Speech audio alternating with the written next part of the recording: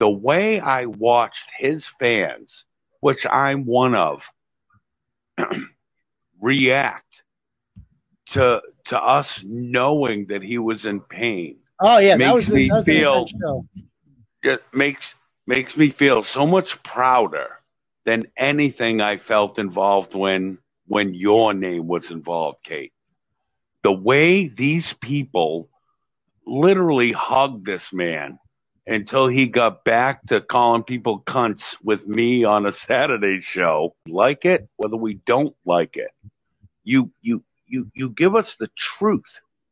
And watching these people rally around that was something special, man. And I might be overstating it because of my relationship with you, or whatever the fuck it is. Call me what you want. I could give a fuck. Bring it. But that's what makes me know this is real. Mm-hmm. We report the news that nobody has the balls to report. Why am I the only one breaking stories like this? You can call me Uncle Turtleboy, Clarence, Aidan. I don't care what you call me. Did you not say that you were going to take my baby out of revenge and make him a transgender baby?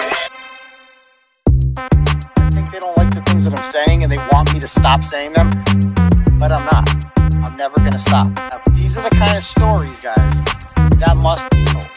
I'm just a guy who's breaking stories and reporting news from my basement. Hey, what's up, Turtle Riders? How's everyone doing tonight? Good? Good? Excellent. Welcome to the live show, ladies and gentlemen. I am your host, Uncle Turtleboy. They call me around these parts. I've gone ahead and I shared the stream to the various social media platforms that we currently operate. That would be the Clarence with Emerson page, my personal account. You can follow that. You don't have to friend request me. Got about, I don't know, 28,000 people following on there. That's pretty cool. You can also follow the Turtleboy Daily News page, which just passed 36,000 Turtle Riders this week. Get on there as well. There's another Facebook fan group. I don't run that one, but there's like 25,000 people in there. It's called Turtleboy OnlyFans. Just search for it on there. Don't search for OnlyFans on Google. Just go on Facebook and do that. It'll be a completely different page that you find. Trust me. On Twitter, you can find me at Dr. Turtleboy. That's at DOCTOR Turtleboy. Because if Joe Biden's a doctor, then I'm definitely a doctor. You can also follow me at Turtleboy Phone because you got to have two accounts in my line of work. Although Elon Musk is being forced to buy Twitter today, so it appears as if our problems are finally going to end. I feel a lot safer on Twitter right now than I did 24 hours ago. I'll tell you that much. So, because I'm like, I gained a lot of followers recently on the Dr. Turtleboy account, and I'm like, I try not to count my chickens. Is that how to count my chickens before they hatch? Because they can take it away from you at any time. And I've done it a million times before. And so you don't actually own your account because they can just take it from you at any time. So, but I do feel like it's a lot safer now than it ever has been before with Elon Musk running the show. So, he isn't being forced. Oh, come on. For all intents and purposes, he's being forced because he got sued, but he put his offer in for Twitter, right? Which we all thought was great. And then he tried to lowball him, tried to renegotiate because he said, well, you say you have billions, X amount of followers, but I believe 20% of them are bots. They're not real people. And so that hurts the valuation of the company. And Twitter basically is like, no, motherfucker, you're going to buy this shit because you agreed. You signed on the dotted line. So they sued him. And I think most legal people, even conservative legal people I've read about this, have said that he was going to lose that lawsuit. So he offered basically, fine, how about the original offer? And they're like, yep, deal. So there you go. Elon Musk is going to own Twitter. It's going to be much better now. Anyway, we're also on the gram at Turtleboy_daily_news. So you can get at me on there as well. And all these other things in the bio below. Check them out. Spotify, podcast form, you name it. It's all on there. Merch you can buy in the store. We also do a stream on Thursday nights, but it's premium only. You got to join this thing called Turtle Club. Turtle Club for $15 a month, guys. You get ad-free on the website. You can purchase that below. You get access to the Thursday night stream that nobody else gets. Cool content. You also get a free t-shirt of your choice. Anything in the Turtleboy store you want, you just let me know and I send it to you. No problem. most importantly, by joining Turtle Club, what you're doing, the whole purpose of this is that I don't want to be dependent on advertisers. I hate advertisers. I don't like the idea of another company being able to just decide whether or not I have big money that month. Like, I don't like that. So, and they can be manipulated by mobs. Like, for instance, a woke mob could call up a former advertiser and say, hey, he said something really offensive and I don't like it on the show. It's hate speech and it's racist and it's transphobic and I want you to do something about that. And does your company support that? And then I get a call from the company and like, hey, can you tone it down a little bit? I don't want to tone it down a little bit. I don't want to tone it down at all. I want to tell you exactly how I feel, because that's literally the whole purpose of this. I refuse to self-censor myself. So by joining Turtle Club, you become the customer. You become the person that the content is catered toward, and that's exactly how it should be. So the more people join Turtle Club, the more self-sufficient this is, the more Turtleboy takes off, the more we dominate the world, the more we get new bloggers. The more, trust me, we're going to be a lot bigger at this point next year than we are right now. That's the Turtleboy guarantee. Okay, how you doing, Deb? Doing well. How are you? Back from your sickness. Are you feeling better? I am feeling better. Thank you. I think you gave me whatever you had, because I'm a little easily awful out of nowhere too. Pain. Yeah. So, we do have a good show tonight, guys. I'm waiting to hear. Let's see. I'm waiting to hear from. Well, Ramona is having some issues, so I'm going to see if she's there. She said she's having trouble logging in to the stream. Everybody has issues logging in. Gmail, yeah, you just need a Gmail account. That's literally the only thing you need. So you just need a Gmail account. So hopefully I'm messaging her. I could just call her on Facebook, but that's definitely not as fun when you do that. Much rather have it so that she's on. So I'm gonna call her. I just wanted to get started. That's why we just did this. But anyway, why don't we just do a little background into this? Because I can see she has read my messages on Facebook where I said, we're starting now. Hope you can log in. You there. And then she has read that. She's not responded to that. So hopefully. All right. So let's talk about this. So this first got brought to my attention by Nicole Solis, actually, who I've had on a number of times before. She's a very active parent from North Kingstown, Rhode Island. Or is it South? I think North. Don't hold me to that. But this woman also, going too fast. Oh, Ramona's here. Wow. We got you on. Wow. How are you? That was How are you? I'm good, thanks. How are you? Good. Thank you for joining us tonight. Oh, thanks for having me. So we were just about to delve into the story, and so maybe you can help us out with this. But like I said, I found out about you through my friend Nicole there, and she's very active, obviously, in what I would call common sense, conservative, parental issues with the public schools. And that's kind of how she became known around these parts. Unfortunately, she's banned from Twitter right before Elon Musk saved Twitter. Maybe she can come back now. We'll see, hopefully. But, I'm surprised, quite frankly, that they're allowing you on there. Yeah, I mean, you seem to, I'm sure you're on the list. Have you ever been censored on Twitter? Oh, yes. In fact, if you put my name in the search bar, it'll come up as nothing comes up. There's no Ramona Bessinger. Oh, that's weird. Okay. So and the sensitive banner is across every one of my pictures. So I can't post pictures, Oh, yeah, that's too bad. They have ways. So, they have their ways. They do. So let's go through this story here. So you made national news last year when you were a middle school teacher, correct? In the Providence public schools? Yes. I mean, really, just to give you the back information, most of my career has been at the high school level. And for a couple of years, I was at the middle school level, which was quite an interesting experience, to say the least. But that's how I, sort of recognized this curriculum as it rolled in. It was very strange to me. It was odd right away for a whole host of reasons. Yeah. So. Okay. So, and then you kind of made headlines because you started writing a series of blog posts for a website called Legal Insurrection. Is that correct? That's correct. Yes. And these blog posts were about your concern about, I've read them all. There was, you're basically concerned that books were being removed from the classrooms that were considered offensive. You were concerned about the curriculum, what was being hidden from parents, a number of issues, critical race theory, transgender indoctrination in the schools. We kind of wrote out some of it right here. Missing from our curriculum during the school year was the diversity. And I like the way that you worded this because, these are important books in American literature. The Crucible, they really took out the Crucible. Well, they're at the high school now. Okay. But I want to talk to you about exactly how they're sneaking all this into the high school. It's quite interesting, actually. Okay. But at the middle school level, they basically threw everything out into big, huge steel dumpsters, literally. Came around to all the classrooms, jokingly calling teachers, killing each other, comrade. Oddly enough, now it wasn't funny at the time, but not so funny now. Okay. So, it says you're missing from our curriculum during the school year was the diversity, perspective, truth, and rigor that were previously taught. Previously vetted books were removed from our classroom and sent to recycling. Gone was the diverse collection of American world literature.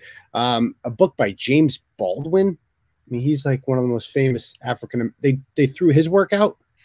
Everything was gone and then replaced with curriculum platforms. And I can explain what that is. Yeah, what's a curriculum platform? So curriculum is composed of multiple items, okay? So when these curriculum platforms came in, you have to understand, sort of like starting with a clean slate. They came in with books, assessments, and the Common Core standards for us to use and sort of apply to all of our assessments, et cetera. But primarily we were given this curriculum platform with lesson plans and books. And immediately we all noticed that, there was something quite wrong. Initially, some teachers pointed out that they seemed kind of stupid, actually, historically inaccurate. And then we started noticing that thematically, everything was the same. Everything was about the oppressed versus oppressor narrative. And then, of course, the absence of all of our Holocaust materials, Holocaust units, which upset me a great deal. And what is more oppressor versus oppressed than the Holocaust? Exactly. And that was my point. I brought that up to the consultant. I asked her, I said, because we had to have consultants to teach us how to teach this sort of indoctrination and these ridiculous books. And I did ask her point blank, I said, you're talking about, genocide. What child, what human being can't relate to genocide and horrors of the atrocity? So I was very, very concerned that I wasn't able to teach Anne Frank that year. I feel that Anne Frank was a springboard for all kinds of diverse discussions about atrocities taking place all over the world and, gone. And when I asked this curriculum consultant why we weren't teaching it, she basically didn't have an answer. And I, recorded it, I might say. And she said, it's illegal here in Rhode Island. And no, it's legal, right? You can do that in Rhode Island. So I can say that. I don't care. Yeah. But yeah. I mean, I do care, but she basically said, oh, but children can't relate to, here in Providence, children can't relate to Anne Frank. Well, that's a lie. They're liars. They lie point blank. How can they not relate to Anne Frank? Don't know. Because they're alive. Like, what does that mean? How do you relate to Anne Frank? She was an oppressed. Right? She was marginalized. The definition of marginalized. They love that word. Oh, she was literally. Right. She lived in a crowded urban area in a small tenement, and was forced to live there in solitude, and was treated as a second-class citizen until they found her and murdered her. But they can't relate to that. Okay. So they must, but life is easier than that, a little bit easier than that. And so they're not teaching any of this stuff, which I just find insane. And so when I get in arguments with these people about critical race theory, they always say, well, you guys want to erase history, right? You guys, you don't want to teach about the bad aspects of American history. You're an English teacher, correct? Right. And I've seen some of the posters from your room. It seems like you talk about Martin Luther King, correct? I talk about everything. I draw from multiple cultures. I'm talking about the historical context in which a literature was written. I'm bringing from multiple different sources. These people are liars. To suggest that we were not teaching the truth, or to suggest that we're not teaching anything about slavery, is an outrageous lie. And I challenge anybody to a debate. But of course, that's never going to happen, because let's face it, it's not true, right? And nobody wants right, right. And that's what it comes down to. It's like, no, we don't want to stop teaching. I mean, I taught history myself for 11 years in the public schools, and I love teaching the civil rights movement. I love teaching about Reconstruction, and literally every chapter, like even in a chapter like the 1920s or the Great Depression, which that was, civil rights was not the major aspect of those eras.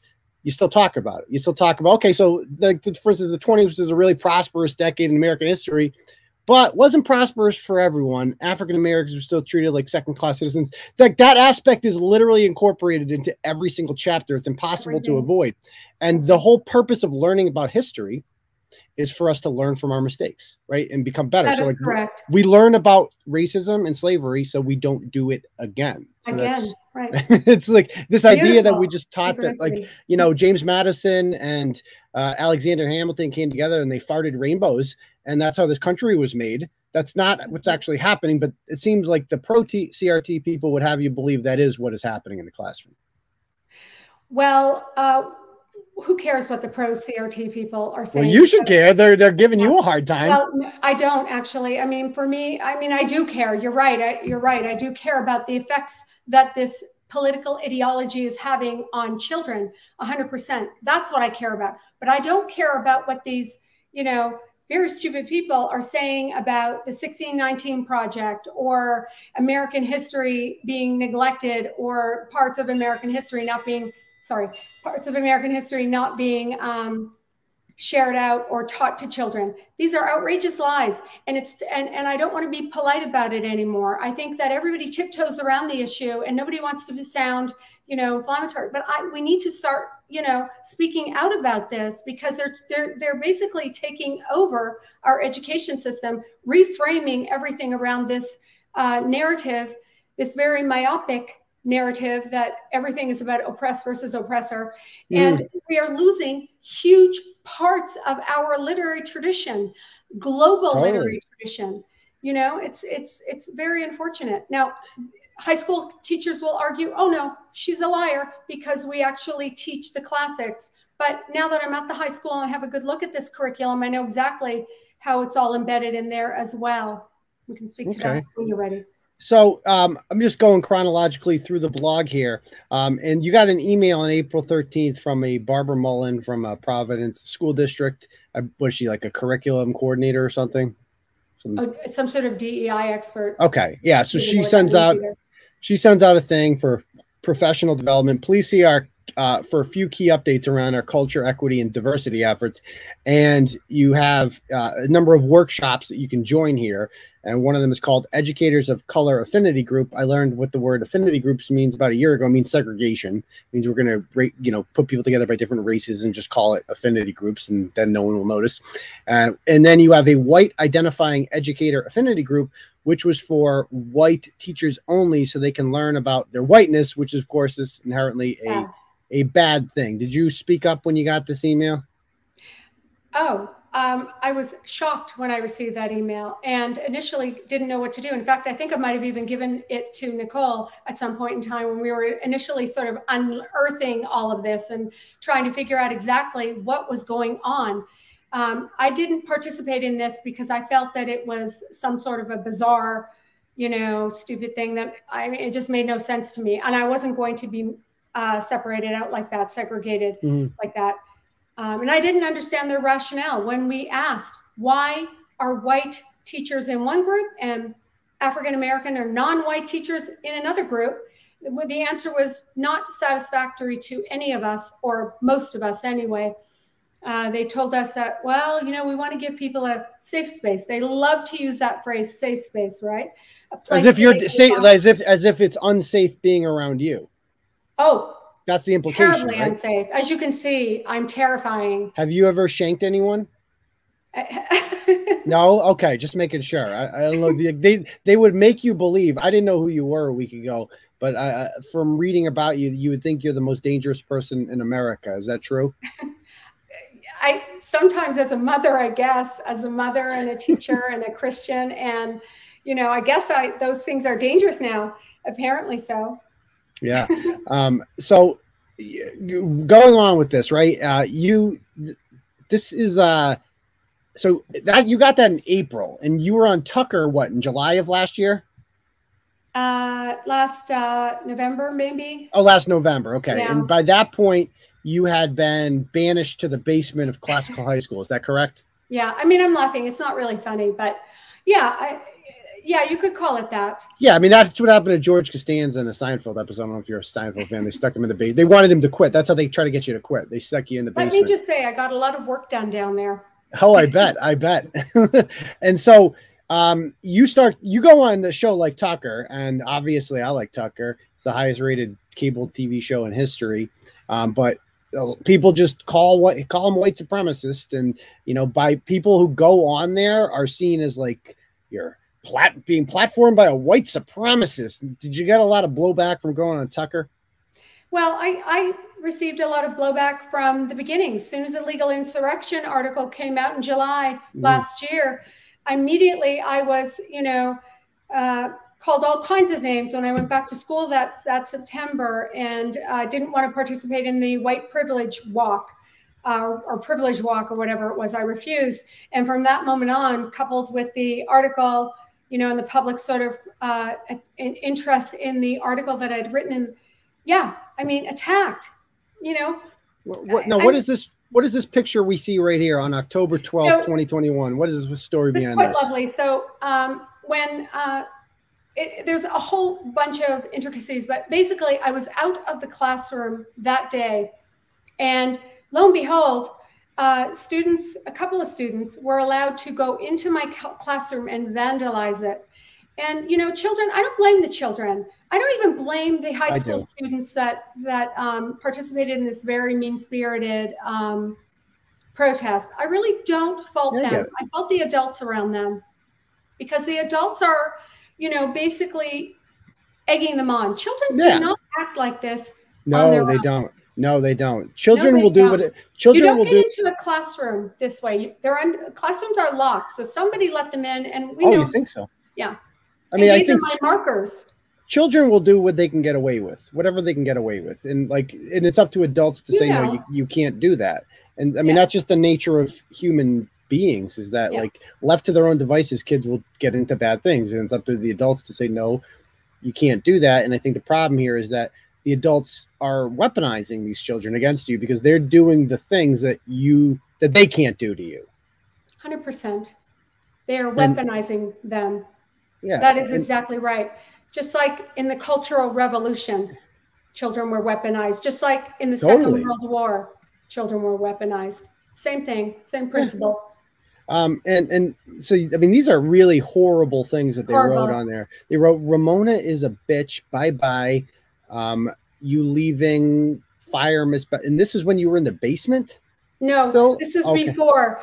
And of course, I expressed concern. This is when I was sort of really coming out. The children were asking me why, questions that clearly adults were feeding them. Children are not looking at news stories, right? They're not understanding probably the news stories that I'd written or that were written about me. No. And nor did they even bother to ask. Suddenly, this kind of aggression was normalized in my school, and any teacher in Providence or teachers that are leaving the profession will attest to this. That how easily it is for a grown-up to groom a child to behave in this way. It doesn't take much, and children want to please their teachers. They want to please the principals or the people. Well, they should. So they should want to. Right, that's right. Somebody opened the door, gave them my markers, which by the way. There's no cameras in the hallways to show? Sorry? There's no cameras in the hallways? Suddenly nobody knew where, but we know who they are, because, there's ways to figure that out, because they, social media. And you've been teaching for over 20 years, correct? 24 years. That's so this right. is not your first, and you've never had, 5-10 years ago, this wasn't an issue, these sorts of things. Okay. No, so never. This is, because I got out of teaching in 2014, right before the beginning of Donald Trump. And I think I got out at just the right time because Can't imagine why.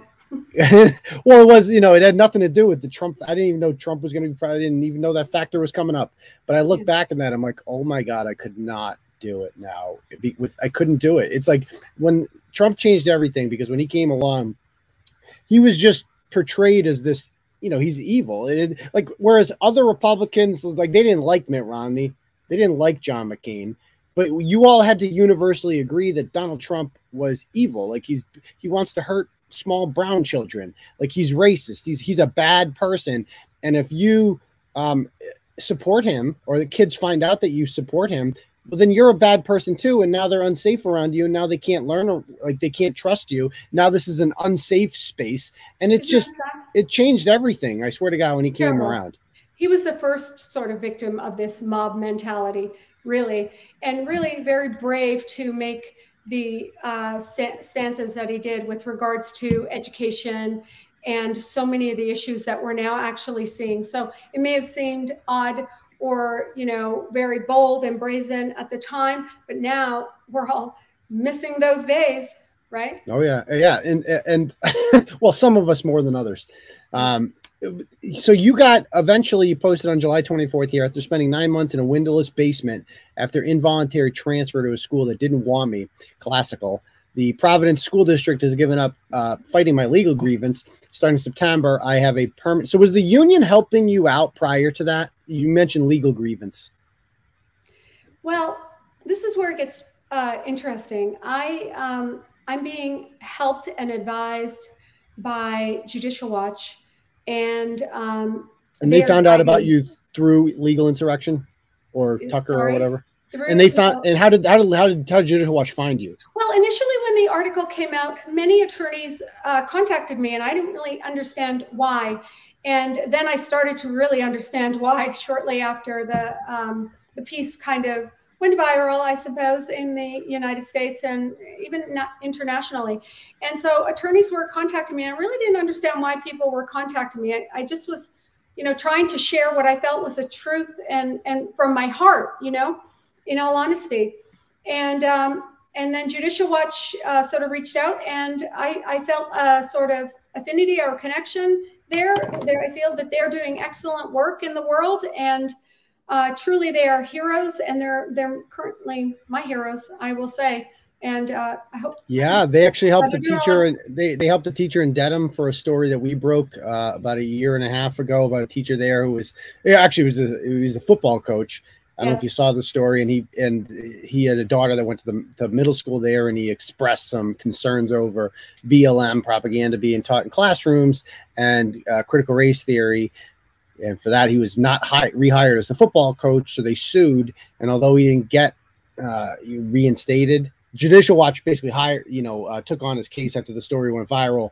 And he didn't get his job back, but he forced them to kind of bend the knee and make a public statement apologizing and admitting that they will no longer allow teachers to wear BLM stuff in the class. Because BLM is whether or not they want to admit it, it's a political slogan. It's no different from wearing a MAGA. Like, it's the same thing. It's a and so obviously they wouldn't allow that in schools, so they shouldn't allow BLM in either. Right. That is exactly right. It's nice to see. Yeah, go ahead. No, that made me so happy to see that he won that case alongside Judicial Watch won it for him, I guess is the way to, I don't know the legal language, but they were successful with that lawsuit. And that made me very happy. And we're seeing evidence of this all over the country. So as people become aware and they're fighting back, with a vengeance because they love this country and they care about children, we're seeing these lawsuits and these examples of litigated situations, they're successful. And that makes me very happy. There's hope. We'll overcome this. Yeah. And so I just want to address this. I assume this is a troll chicks for you. BLM is phrase, and that's what they'll hide behind. They picked a phrase. I mean, it's brilliant marketing. This is what I always said about BLM. it's that like, what, you don't believe Black Lives Matter? It's like, no, I believe Black Lives Matter.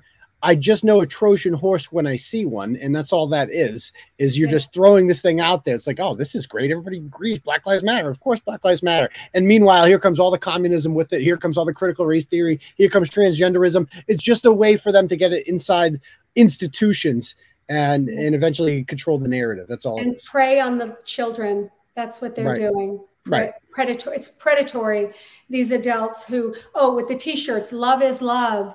You know, I was looking for mine tonight. I thought that'd be kind of fun to wear, but can't find it, sadly. So yeah, the right needs better marketing, because that's what the left is really good at, is marketing, slogans and stuff like that. Yes. I mean, because like love is love. That's a perfect example. It's like, yeah, that's awesome. Like, who's going to disagree with that? Love is love until you disagree with an item or have a difference of opinion, and then, you know, they're vicious and violent. Yes, they are. And so I'm like going through your Facebook and Twitter, and I gotta be perfectly honest with you. Like, you express a lot of, you know, pretty standard, but very opinionated right-wing sentiments on your page. And a lot of people, myself included, when I was a teacher, I would not post stuff like this on my page, because I'm like, I just wanted to keep a low profile. I didn't want to get called. I know that you have a right to do this, and you should have a right to do this. But are you worried about losing your livelihood? Because that's what a lot of teachers are worried about, is like losing their pension, losing their livelihood. Are you worried about that at all, that your social media postings could cost you your job someday? My family and this country are much more important than what, you know, they offer me. And that is the bottom line. So no, I'm not. That is awesome. I'll do what I have to do. And I won't you know, my posts are 100% accurate. They are speaking about political ideologies. I never attack anyone except for maybe Angelica Infante-Green at the Rhode Island Department of Education. She quite deserves. Who's she? She's the Commissioner of Education at Rhode Island Department of Education. She is, the figurehead there. Yeah, I can imagine. Really, I can imagine what her politics are, and you know, enough said. The position kind of says enough. But yeah, reading all this over, because I'm not gonna lie, I was a little background about Turtleboy. I started a blog called AidanFromWorcester.com before I had Turtleboy, and I got suspended for 5 days without pay because I wrote a blog. There was this player on the Miami Dolphins named Jonathan Martin. He was an offensive lineman. He weighed like 320 pounds, big, strong guy, and he said he was the victim of bullying from other teammates. And I'm like, I don't know if you remember the story. It was like 9 years ago. And in my blog post, I'm just like, this is ridiculous. He's a grown man, football player, talking about getting bullied. I'm like, this is the most overused word in the English language. We are teaching children to be victims and blah, blah, blah. I got called down to the principal's office about it. And they said, well, your post there, you know, if a kid reads that, they could feel unsafe coming to you with bullying concerns, and this violates our school policy. You know, if they want to, they can find some policy that you violated. Like, this is what they go to school for, is learning how to, like, you know, their lawyers take care of this for them. Okay, you got to document everything, get like 4 instances, and then we're going to use this angle with them. And so I saw the writing on the wall. That's why I started the Turtleboy blog. It was anonymous for a while. But you just do it openly. You just throw your name out there. And I do feel like, because you've been doing this for so long, you know, they're just kind of waiting for you to retire, I think. That's my theory. Yeah, or, you know, just have the mob descend upon me. That's very manly. Or that, yes, that too. We're going to get. I mean, what these adults really are shameful. It's sort of like an education cartel. Really, that's the way they operate. And I'm not afraid to put the truth out there, because.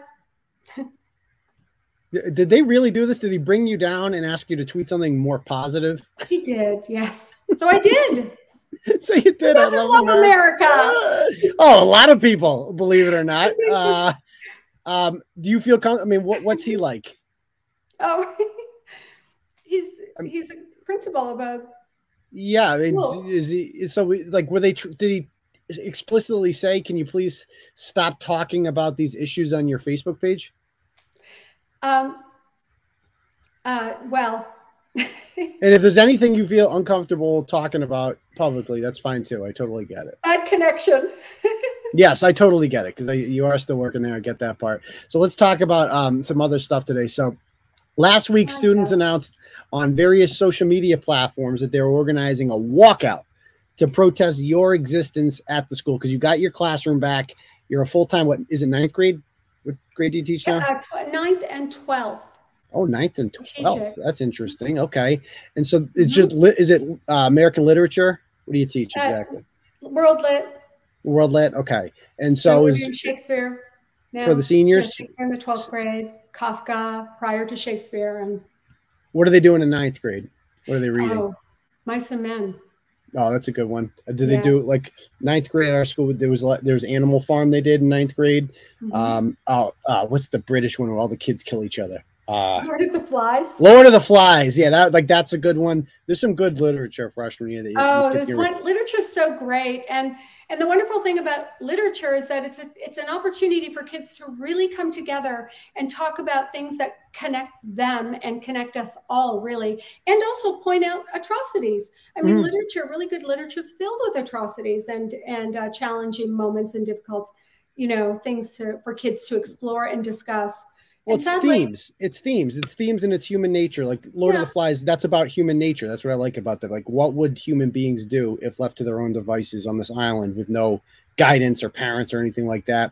Or one that applies to you that they do junior year, at least they did at Shepherd Hill, was The Crucible. Quite frankly, like I think that's somewhat similar to what you're dealing with. Yes, really. That pointy reckoning is coming to Bessinger in the chorus room. Do you have your Scarlet A? I mean, that's right. That's right. The Scarlet C for conservative or something. And it's really you can draw all kinds of literary illusions. I'm having fun. I'm like restraining myself in class because really it's like 1984, right? That's great. You teach that one? I refuse, by the way, to say that 2 + 2 = 5. Winston gave in. Oh, that's right. Yeah. Yeah. It's been a while. And it's Lord of the Flies and it's so many great. It's really a lot like many times in history, the medieval times. It's a lot like, post Second World War. It's a lot like the Second World War. I mean, there are so many connections that we can make. And sadly, there are no connections being made. I mean, I'm sure, what I think? There are lots of teachers just quietly shutting the door and discarding this garbage, which is somebody asked earlier, what about To Kill a Mockingbird? Are you did they get rid of that in your school too? Because that is one of the greatest pieces of American literature. Well, I haven't seen it on in the curriculum platform. Thank you. I think I'll investigate that further. It could be there. There's lots of books. There are lots of classics on this platform. But go ahead, ask me how it. I mean, these are so much more important things than genderqueer or anything like that, or Dr. Kennedy's latest whatever book he's selling, or Robin DiAngelo. So silly. And that's what they want you. So anyway, so they organized this. Students organized this protest. Now you believe teachers are behind this. In my research, I didn't find any evidence of that. What makes you think teachers are helping them with this? Well. There's that connection again. I just have, intel. So this is more than just a theory. Well, yes. Okay. Yes. That's enough said. And it doesn't matter. That question. I think that more importantly is that kids felt compelled and they also felt emboldened to do this. And it was sanctioned by grown-ups. I mean, talk about Lord of the Flies. Talk about, sort of show trial or sort of Banana Republic kind of kangaroo court-ish. I didn't even have these kids as students, but maybe 2 of them who spoke, it's quite astounding that this was allowed without any kind of discussion prior or mitigation. I mean, who does that? What kind of grown-up would allow that? So these kids I'm seeing. I mean, really, is that shameful? Yeah. So these kids I'm seeing right here, these aren't your students? No. Oh. And so because I did. Yeah. Go ahead. 1 or 2 of them that spoke, but no, I don't even know these kids, and they were making these ridiculous allegations. I think one crazy thought was, or one comment that was made was that I didn't know someone's name. It's like, okay. Oh, I've heard that. Yeah, that you mixed me up with another kid, and she's black too, and therefore all black people look the same to you. No, this person happens to wear a mask, and I only saw this person a couple of times. I'm just learning. It's so crazy. Oh yeah, can we just talk about that for a moment? What is up with the masks and the kids at this school? It's like that to me is one of the scariest parts about this whole protest that I saw. It was like 75% of the kids were wearing masks outside. We are talking, they choose to do it. I assume it's not mandatory at the school anymore. They're literally choosing to do this, which is the most evidence of brainwashing. And it's scary that they've just been, adults cannot wait to take their masks off, but kids I see more young people wearing masks than I see old people these days. They're being, well, first of all, young people may wear a mask simply because they're very shy, or they don't want to show, they hide behind it, or they really do have anxiety or fear about COVID. But in this case, kids were encouraged to cover and conceal their identity. Now, why would you do that? If what you were saying really had some validity, why not actually write a letter? And white supremacists. Whites, they don't want to get doxxed by white supremacists. That's what they'd say. No, that's not why. They didn't. They just didn't want to. They wanted to go outside and cause a ruckus and skip class. And they wanted to be anonymous. Yeah, and be mean. I think because it's mean. Oh, of course. And so you can say whatever you want. It's so mean. That's a great way to put it. Yeah. This is bullying. What they did to you yesterday is literally targeted. Like, imagine what that's like. And I felt bad for you when I saw this. It's like, even though you're obviously a strong person to do this, this has to hurt your feelings a little bit. What hurt my feelings? Want me to tell you really what hurt my feelings? What? I'm tough. And what really, really was sad is that how many parents and kids reached out to me privately. And one student was actually teary-eyed over it. I don't want students to feel that they're torn between, the mob and, being my student, and that bothered me. That made me angry that the adults would actually put kids in a situation where they had to choose or conceal the fact that they really enjoy my class and they like me as a teacher. And when that happens, that's called also not just bullying of me, but now they're intimidating others to feel the same. Mm-hmm. And you know what that's like when you have 15, 16-year-olds. They all want to fit in, and understandably so. And many parents messaged me privately, and teachers did as well. And I don't want teachers to feel like, oh, gee, we feel badly. I don't want that at all. What I want is for people to stand up and to speak out, because everyone knows what's going on, and everyone is taking that backseat out of fear. And I am just a mother and a school teacher.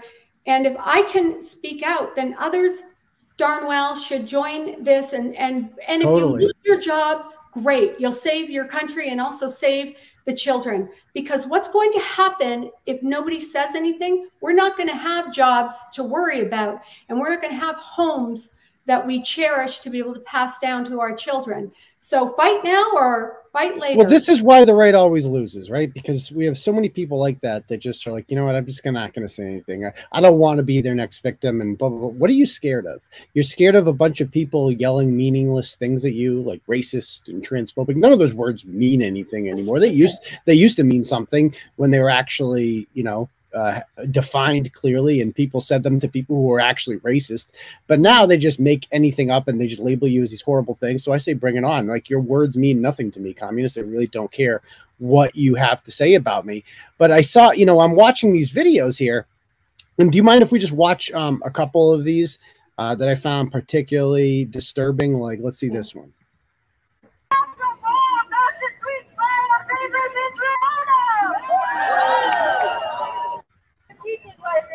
And face child abuse charges. Pay attention, parents. Schools may be hiding this from you. So they're reading your tweets here. She continues on. This is from 2 days ago. Wow. She says it is criminal child abuse to push this radical gender affirmation onto impressionable children and teens.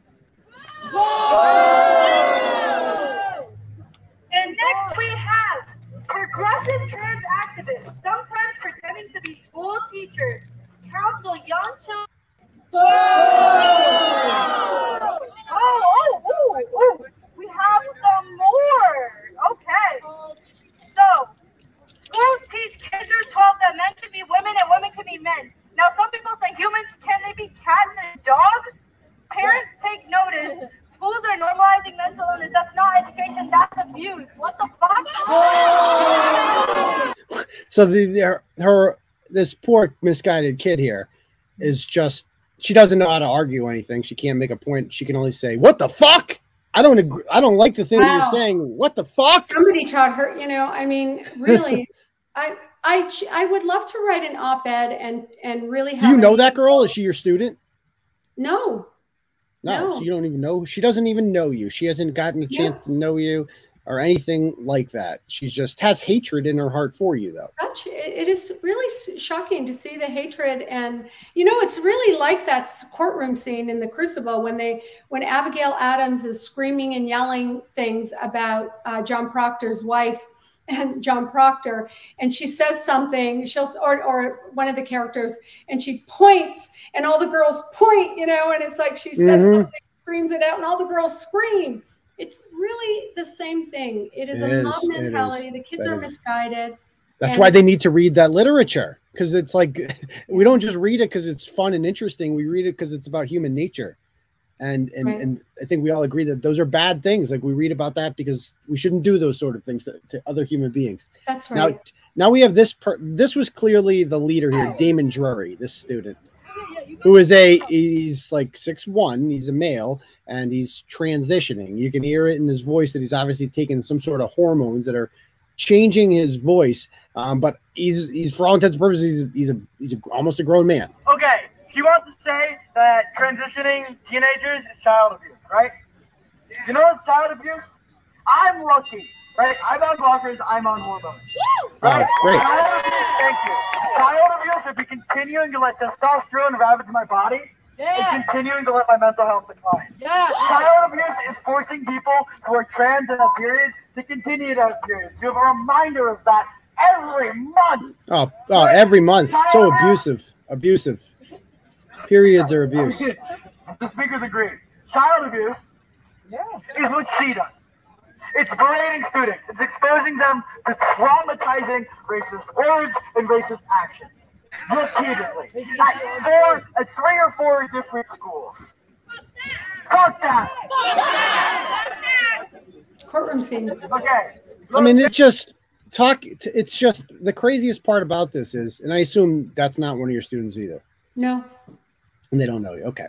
I don't even know their name. I mean, really? Yeah. It's because you're somewhat new to the school too. It's like you don't. Yeah. They read about you on the internet, like what they know about you. They've gone to your Twitter. And they paraphrase the tweets. The tweets are not even read to the full extent. They paraphrase, taking words out. Change the meaning a little bit. I mean, this is an opportunity for people to come together and actually discuss things. And have any of these students ever said anything to you in school?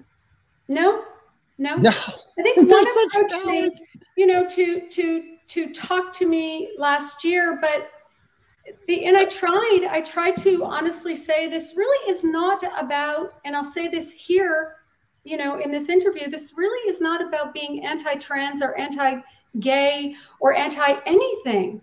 This is about me as a mother and a teacher concerned about the developmental, needs of children. The children younger than these high school students are now being funneled into through this website Safe Space, funneled into these gender transition, clinics or the web of the whole thing, and they may not be ready for this process.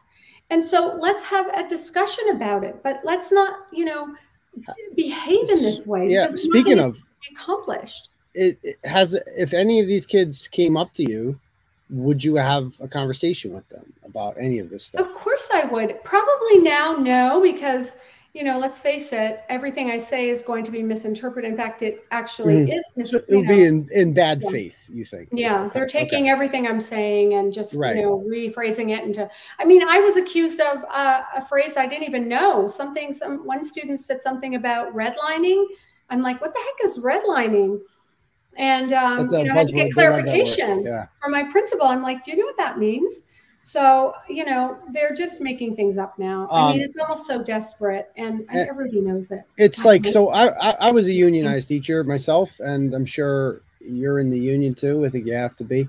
But where is the union? Because when I see this, I'm like, this is a workplace issue. Like, this is where you go to work every day. You have a right to work in safe conditions. If you have 100 kids outside rallying and spewing hatred against you, that is unsafe. That is not a good work environment to be in. And the bosses are doing nothing to stop this. The principal is watching. There are a bunch of adults watching this all happen. Now, call me old school, but when kids skip school and walk out of class, that should not be allowed. Like, that should not, especially when they are speaking in a megaphone at the building. And I saw windows open, kids were watching. This disrupts the school learning environment, and they're robbing other students of an education in doing so. And the principal is just allowing it because you're not going to say, I'll say he's a coward. He's a total puss, and he's sackless, and he won't just shut up and do his job and say, no, listen, you little brat, you're the student, we're the teacher. You're going to come in here and you're going to be respectful to my teachers. That's why, as a principal, they're my teachers. Okay. They work for me, and they're going to respect me, and I'm going to respect them, and you're going to respect them. You're not going to treat them like this. And if you do, you will be expelled. And that's the extent of our relationship. There's no negotiation process. There's nothing. There's me telling you what to do, and then there's you doing it. And that's it. That to me, that coming old school, but that used to be the relationship that students and adults had in a school, but it doesn't appear to be that way at classical. Well, he's afraid, maybe. I don't know. Maybe, you know, people are afraid. Everyone's afraid. I hear that. I'm really so sick of that. Well, yes, me too. You know, really, it's cowardly. It is. It is. You know? And that's what I said to other people about this. They're like, imagine? And that's why we lose, because they're not afraid. They're not afraid of anything. They're standing up for the most ridiculous causes. This idea that you can just become a woman just because you took a bunch of hormones and you're a woman now. Like, and that's a ridiculous cause to stand, you know, to stand on. But they do it openly, whereas our causes are far less controversial than that. And we're afraid, not me and you, but other people are afraid to. And I'm with you. It's like, I'm getting sick of that too. The excuse of, well, I'm afraid. It's like, well, then you're the problem. Like, you're just as much of a problem as everyone else if you're not going to speak up in the face of injustice.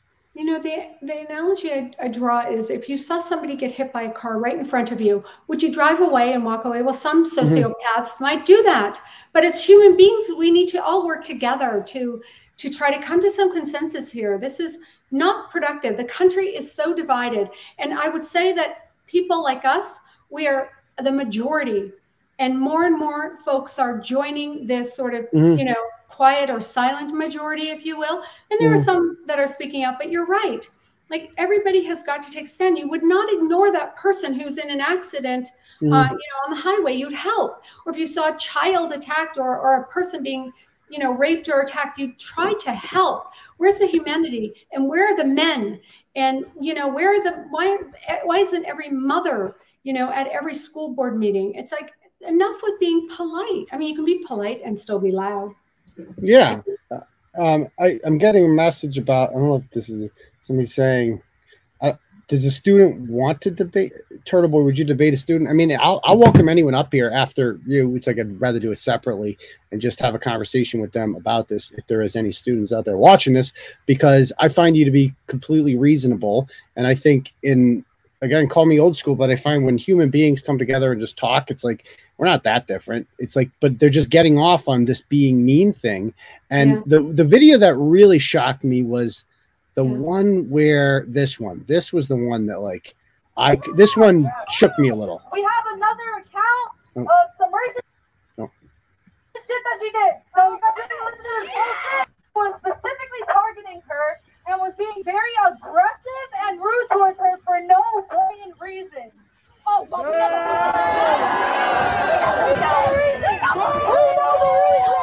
know the reason. Then after this, the girl took it upon herself to go to the office to try to get some help because she's a racist bitch. Like, right there, that's immediate 10-day suspension. Immediate. Like if you are a principal of your school and you want to keep order in your school and you want to have respect for teachers, you cannot allow shit-brained little kids, these snot-nosed brats, who to get on a megaphone and call one of your teachers a racist bitch. That will not stand. We will not allow that at the school. A good principal, and by the way, you know, if your principal did that, if called that kid in the office and said, you're not going to do that, you know what the kid would do? They would listen, because that's what kids do. They listen to adults. They get away with what they can get away with. And they're seeing, what is the principal going to allow us to get away with? And the answer is anything we want to in the name of social justice.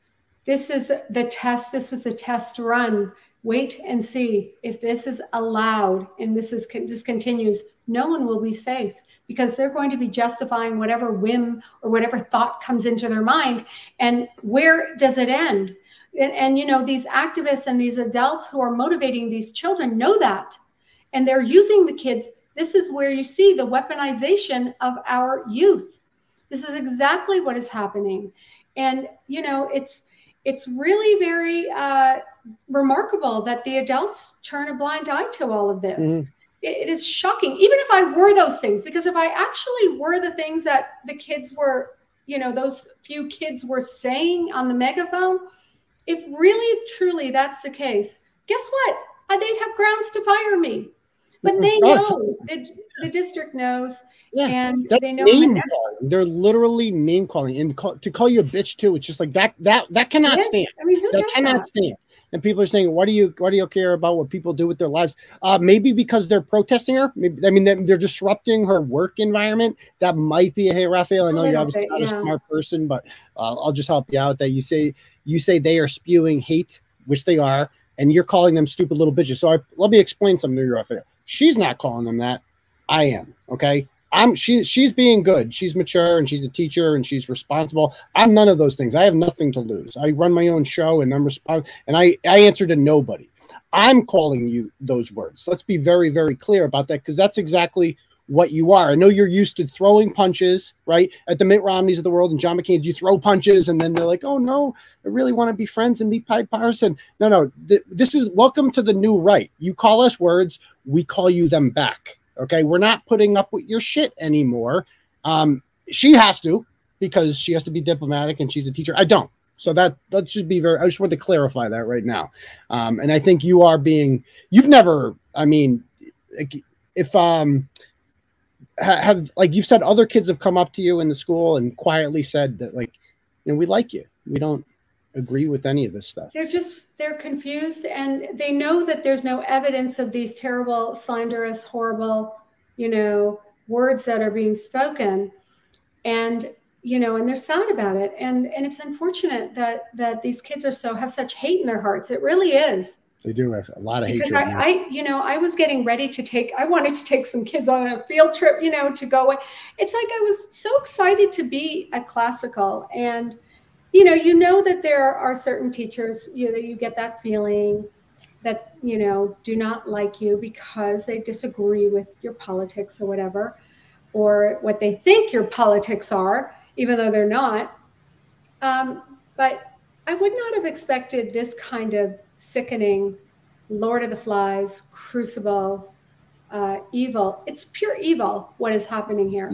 Did anything happen in school in the last 2 days since this blog was written? Yes. Or since the report, I apologize, since since both the blog was written and since the protest on Friday. Has anything else happened? Yeah. I mean, today I had to file a police report. Really? Against a student. Yes. And I will continue to do that. I mean, it's you can't just harass people and harangue them and threaten them and expect that they're going to cower in fear. Yes. Maybe that worked. Yes.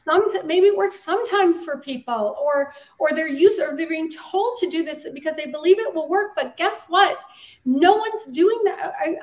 I'm not going to do that. I will not allow this behavior to descend upon me unjustly. Yeah.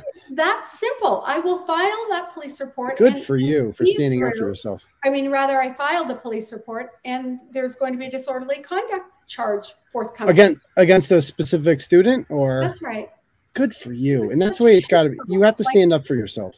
Shame on some of these children, and shame on the adults who are. Shame on the adults more than anything. I mean, this is embarrassing if you're a principal to allow the fact that you have to have a police officer come in and do your job for you, because you can't do it. I mean, to me, this principal, you can't talk badly about him because he's your boss. I will. He's a coward. He's your typical administrator.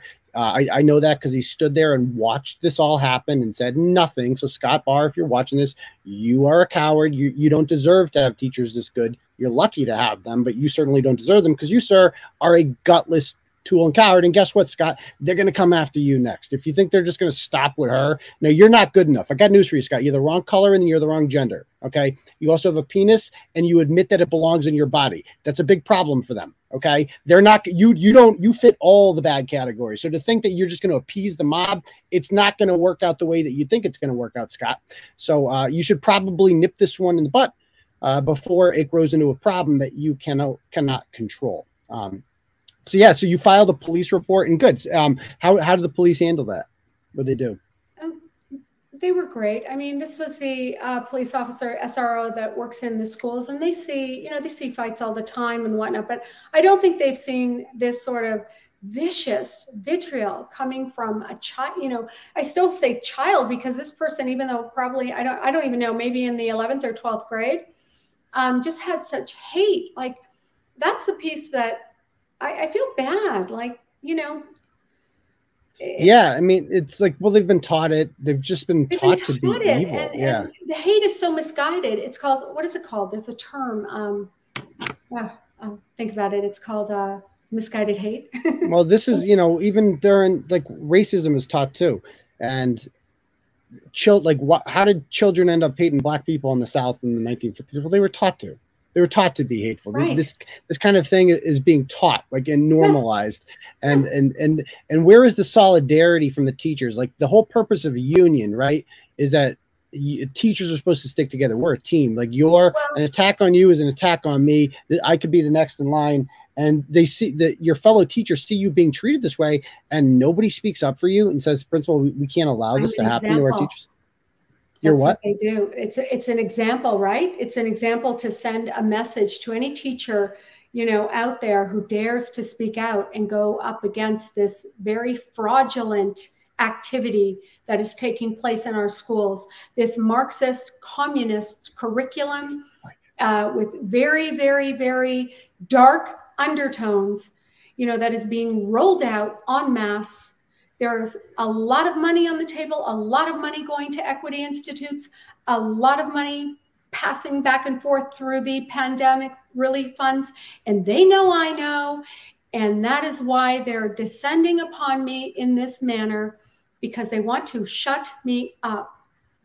That is and it's, you know, some elected on those features, yes. The twerking state senator, are you familiar with Tiara Mack? I'm assuming you are. Block Island, Tiara Mack.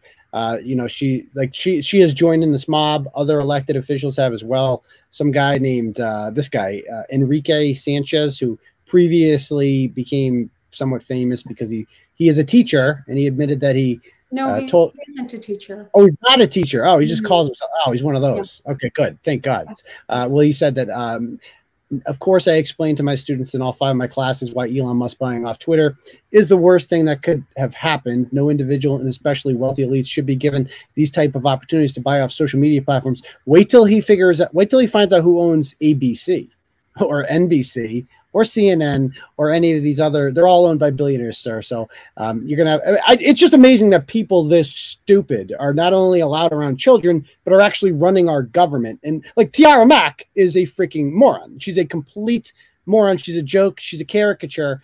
And she was elected to the state Senate. She gets to control policy there. And she's obviously joined in this mob. She said some of the most horrible things about Nicole Solis. And it appears as if, like, the adults are egging this on. Oh, it's actually happening with a few, once again, the usual Enrique Sanchez, Tiara Mack, but what a role model. I mean, who cares what Tiara Mack has to say, really? I mean, this is not, I don't care. Like, let her say whatever she wants. If it makes her happy, who has time to engage with this silliness? I mean, this woman, if your religious group she ran for state senate too, lost, which is in a state where even Tiara Mack can get elected. You got to be pretty bad if you can't get elected in Rhode Island. If your religious group taught you there are only two genders, your religious group is trash. So it's just like, you're trash because you believe in science. You believe that there are only, well, it's like, well, sure, there's a million genders because gender is meaningless. But there's two sexes, and that's really the only thing that matters. I mean, gender really doesn't mean anything anymore. Right. And I also argue, right? Yeah, I feel. Well, it's also erased homosexuality. Like that guy, you can't say this because he's a student, but I'll just come on and say that kid Damon Drury there. It's like he's obviously gay, and that's fine. But now that he's becoming a woman, if he's still attracted to men, he's just another straight white girl. It's like you're literally eliminating homosexuality from the population with transgenderism. You're getting rid of gay people, which they don't seem to see the irony of that. And it's just if you speak out against it. I mean, 10 years ago, nobody ever would have thought this was happening, and we all see it. And we all know it's ridiculous, and nobody says anything because they're afraid of getting yelled at or called a mean word by people like this. Well, we have to speak out because little children who are really young are being sort of groomed and funneled into these, these sorts of safe spaces that are really not safe at all. Yeah. They're really, dangerous spaces. And, I believe some adults may actually believe that they're doing something right, but the majority of these people are, mentally ill, and they're working in our schools. Yes. Now, what about this one? So you wrote cowardly teachers who weaponize students, thugs, all of them. The students, when they read this out loud, they basically portrayed this tweet as you saying that they are thugs, and thugs is a racist word. But I mean, I think anybody who reads this sees that you're calling teachers thugs. Correct. Right? Correct. And how they didn't understand that is worrisome to me because they were, I think 10th or 11th graders. I don't even know who, I know one was a 9th grader. Maybe, in 9th grade, they don't understand sentence structure, perhaps. I don't know. But to me, it's clear. I'm calling it's very clear. Yeah, because they are. Clear. Well, they just see the word thugs now, and they immediately like racism. That's what they've been taught. Thugs equals racist. You can't say the word thugs. But what about if you're saying it about mostly white teaching staff? Then is that still racist? No, of course not. And this woman right here, Maya Chavez, I looked her up. She is a teacher in Providence, in South Providence, and like she is literally joining in the mob against you. I mean, this is why, by the way, teachers get paid less than cops and other people. It's because their union is filled with useless people like this who don't understand union solidarity. They don't understand sticking together. Cops would never do this to each other. Cops don't call each other out on social media. Teachers would, and teachers will turn on each other like this. So you're not a unified front when that happens, and that's why you make less money. Well, when you have Randy Weingarten at the national level, pushing this agenda and pushing this very curriculum and pushing this political activism and pumping tons of money into the schools, actually rather money laundering, stealing tax dollars and funneling it into these companies, these equity institutes, these curriculum companies, the SEL companies. All of these companies are getting rich off of this. This is money laundering at its most sophisticated level.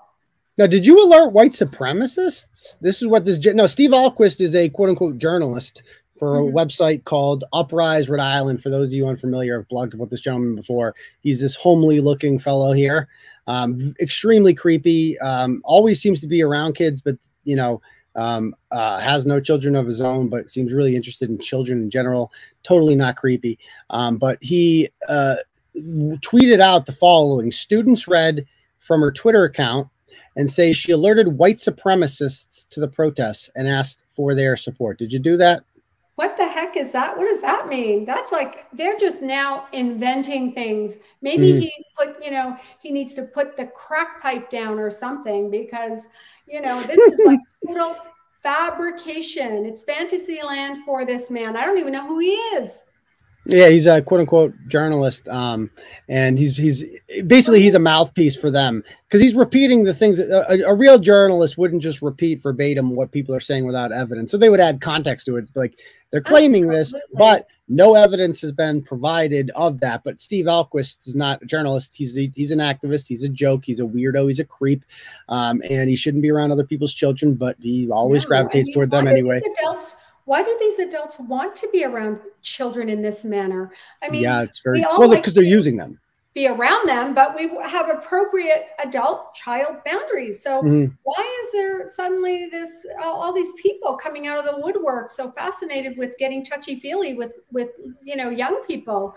To me, that's well, it's that truant girl from Sweden there who comes over here and lectures us about climate change, or David Hogg a few years ago. It's like they love to hide behind children because children will say the things that they want to say, but then are more protected. They're like, well, the conservatives can't fire back because they're just hiding behind children. They're getting children to repeat their talking points and say, look at them. They're so the youth, the generation. This is the next one.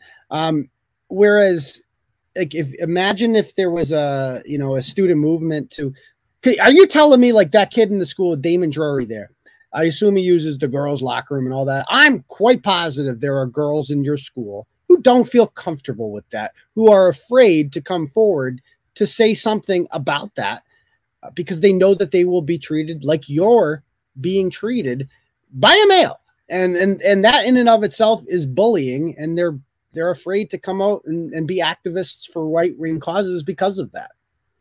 Yeah, I mean, I can't speak for every child in every school, but I can say that my own children at North Kingstown High School, just to sort of flip to my motherdom, you know, those kids there's a lot of problems with this sort of bathroom culture where kids are literally afraid to go to the bathroom because the bathrooms have become places where, you know, kids are hanging out, and, you know, just kids who need to have some modesty and want to actually use the bathroom are feeling like they can't do that. I mean, you know, there's a whole subset of kids out there who are feeling intimidated by this, you know, by being, you know, by this whole sort of fringe culture. It's and people aren't saying anything. Well, you are, and I got to be honest with you, like I was blown away when I saw your Twitter. I'm like, she's a teacher and she sings. I'm like, that is ballsy. That's leadership right there. And I'm with you. I loved how you talked about how you're like that you'd literally lose your job for this. You don't care because fighting for American freedoms is more. But I mean, that's what I always said. It's like I would be disrespecting all the men and women who fought and died for this country and for my rights if I didn't exercise them. If I just gave them up voluntarily and I self-censored myself, I would be disrespecting. I mean, think about what our founding fathers did. The amount of courage it took to declare independence from England, knowing that doing so was automatic death sentence, automatic, and know that we're probably going to lose this, but they did it anyway. And for us centuries later, just be like, you know what, I really appreciate all these freedoms I have, but I'm not going to exercise them because a transgender activist might yell at me on Twitter. Come on. It's wrong. You know? So yeah. You know, it's got to stop. It's not productive. And I think in the end, the battle is going to be lost, and the casualties of this war, or, you know, this sort of coup, bureaucratic coup, or just plain old coup, if you will, are going to be the children, right? Children, like really young kids. I mean, you know, I'm not saying anything about transitioning when you're an adult, or, you know, choosing whatever you want to be, whatever you want to do. This is America. You can do that. And the fact that kids are, you know, advocating for this is an indication that we live in a country where this is allowed. I'm just saying it's too young to inject all this stuff in the schools and the curriculum and surrounding kids with all of these political messaging, because I can't even talk about, you know, universal themes in Mice and Men without, you know, a couple of activist kids getting crazed about, their, you know, their own perception of what I'm saying. Like it's total ludicrousy what they're, you know, it's, yeah. And so, I'm just reading some comments here. I did start following this gentleman today. I don't know much about him, but I'm going to follow him now. From Westerly. Do you know this guy, Bob Charadia? Yeah. Yeah. So he's, I assume you're aligned ideologically. Oh, 100%. Yeah. Okay. He's one. I'll have to check out some of his work. Always like to meet new people. Like, I mean, you're so unique because you are a teacher. I think that's you're an active teacher. I am personally impressed by you. I think what you're doing is heroic. I'll just come out and say it because what you're willing to sacrifice in order to do this, and that you're not afraid of. Like a lot of people would be shitting their pants right now, like seeing like this amount of pressure, but you're not giving in. And to me, that is heroic. And I hope it inspires other people, quite frankly, to do the same. To realize that you don't have to be scared. You don't have to be. It's okay. You know. I do want to, guys, I just want to take a second here to read it. We got a couple donos here for the Turtle Chat. If you guys would like to donate to the program, we can't use the super chat function because I had the wrong opinions about Joe Biden's climax mandate last year, so they took away our monetization. So we built our own. It's called Turtle Chat. If you click on the link at the top of the stream, you can donate whatever amount of money you want, and you get to write a message, and we'll bring your message up here on the big screen. So the first message here is from Alexandra, who sends 25 and says, I wish I had the balls to name drop all the story-worthy bitches of the small town circle. Keep doing what you're doing and bringing and exposing bullshit. Thank you very much. I appreciate that, Lex. We also have Sean has Deb Z loves carrots more than shamrocks. Excellent. Thank you, Sean. I appreciate that. And Glamasoos sends 25 and says lots of love and support for Ramona. So I really appreciate that, guys. Again, if anyone else would like to donate, you can do the same. So why don't we end this by doing a little, if you guys have any questions for Ramona, especially, feel free. Go ahead, Deb. What's up? Oh, this girl, she just really wants to debate. So who is that? I can bring her up after. Sturdy, maybe we can bring her up after Ramona. How about that? We can bring her up and I'll take her on. 60 years old. She said. Why do they always say I'm so old? I don't look that old. You know, you really don't. That's pushing I'm it. 4. My kids say I'm old too. They're an old man. They tease me about it all the time. I'm like, yeah, the kids do that. I feel like I don't look that old. You don't look like 60 to like a random. Right. I could pass for like 34, right? Yeah, totally. Maybe 37. Maybe okay. like mid 30s or so, but definitely like 50. 60. Jesus, 60. I mean, to them, okay. You look 60. So, she's a real conversationalist. She can come up. I mean, I have a way with the students. I used to be a teacher myself. So if you guys have any questions, she thinks she's going to best you in a debate. So I would love to see. Okay. She's more than welcome to come on up and we can have a conversation. It's not always about winning and losing. Sometimes it's just about learning from each other. That's right. Yeah. Okay. So anybody else have any questions here? Oh, Kari T. It's that time of the night. Jeez Louise. Okay. No questions. Anybody have any questions they would like to ask Ramona? Feel free. This is your chance. I'm sure your time is, you got to wake up early. What time does school start for you guys? We have tomorrow off for Yom Kippur. Oh, yes. Are you Jewish? No. Okay. But we celebrate the Jewish holidays. Is there a large Yes. percentage of the Providence is Jewish? Really? I didn't know that. Okay. Yes. Why doesn't we still celebrate those holidays and they haven't gone away? And again, there you go. Yeah. Now here's a question: why don't you work in the private sector, teach in the private, like at a private school or something like that? I have my own answer for that, but you go first. I have work to do. I feel this is important work, and that is why I stay. It pays more too. This is important work to do. Yes, I do too. It also pays more. It also, like, Catholic teachers get paid shit. It sounds so shallow, but like, I mean, I'll be perfectly honest with you. It's like that's why people don't teach in Catholic. Like, they try to get out. Nobody teaches in a Catholic school for 30 years because you get paid dog poop because they can't unionize, and so you get paid less money when you can't unionize, and so that's why I think most people don't do it. Is there are better benefits to being a public school teacher. I've been doing it so long, and I really do like the children, especially classical. They're great kids, many of them, and I even think of the kids who are protesting, just misguided. Yeah, I like that. I like that. You look at these kids as kind of victims of it. I saw a question here I thought was interesting. If you could begin a change on the educational level, is there a class you would implement? And if so, what grade would it be? I mean, is there anything that you think should be taught in public schools that isn't being taught? I think the first thing we need to do is right from the top down, Department of Education, clean house, get rid of all these political platforms and get back to basics and start teaching. Clearly, we have a reading, writing problem in this country. Clearly, wink, wink, it's evident, you know, in the way that my tweets are being understood and read, that there's no understanding of what I'm even saying by the adults and some of the children. So we need to get back to teaching those basic skills, critical thinking skills, you know, proper reading and writing, so that we don't descend into some, you know, Babylonian abyss, because we are creating a generation of illiterate and non-thinking, you know, robots. So get rid of that curriculum right from the top, because that's where it comes from. It comes from the U.S. Department of Education. It is advanced through the political activists that work there, and it goes into the states, and the states disseminate it out to the districts. And that's what's happened here. So that is what I would do. I shut my door and I teach, you know, in a proper universal way, and in a way that every child is represented and every culture and religion is represented. And if anyone should be wearing a t-shirt that says love is love, it should be me. That's for sure. You should. And that's, you should almost take their language from them, weaponize, like, Honestly, not weaponize, but like use their language. Like, I agree. Love is love. Yeah. You should love me too. I love you and you should love me. But unfortunately, it doesn't work that way.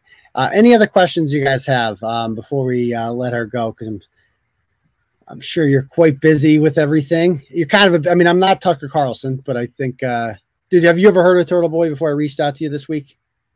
Yeah, Nicole speaks very highly of you, and so does Bob, by the way. You come, yeah, highly recommended. Oh, and thank your you. work is very much appreciated. So, well, yes. Thank you. Thank you. I've written a lot of stories about Rhode Island, and I'm become, it's almost like Massachusetts Junior. That's what I call it. I mean, the whole state, it's like the state only exists because Roger Williams wanted to have, like, it was a little bit more like he wanted to have sex with other women. That's basically the end of it. Like he didn't like the Puritan lifestyle of Massachusetts. So it's like, I'm just going to move south and call this little plot of land here Rhode Island and in Providence plantations. And we're just going to do things differently around here. But it's basically Massachusetts. That's all it is. With more sin. That's all. You've got, you've got, you know, you've got guts. I was a history teacher. It didn't happen exactly like that, but that's the best way to sum it up. Okay. Yeah. All right. So I guess I think we're about done with questions there. But anyway, I just wanted to thank you for coming on. I really appreciate it. And don't be a stranger. I'll be following your work, and keep up the great work. We really appreciate it. I appreciate you having me on. I really do. Thank you. And a great article. That was very funny and interesting, and we all loved it. And thank you. Well, thank you. I'll keep up the good work. We'll talk soon. Okay. Bye. All right. So Deb, does that other girl, Isabella, does she really want to come on? I mean, she can come on. If she has been bugging everyone like the whole time. Like, send her the link. If she wants to come on, she can come on, and I'll have is she a student there? I don't know. I think so, probably. Okay. Like, she keeps saying stuff like, she seems to be like against her, but she's been doing nothing. Like, she has no point, basically. She's just insulting people because, you know, well, you know, I would love to see your take on you. Yeah, if she wants to come on, she's more than welcome to. We allow anyone to come on here and share their points of view and have a discussion. I think you'll find, if you come in good faith, that I don't bite, and I'm not a bad person, and no one here is. And I don't think at their core they're bad people either. I think that they are just, no, they're misguided. Like, that's it's tough, you know. Yeah, and it's like, you know, and I see you're saying that insults are subjective. Totally. Like, for instance, racist, like that is an insult. Like the things that you're yelling at this woman, they're subjective. They're not unbiased or anything like that.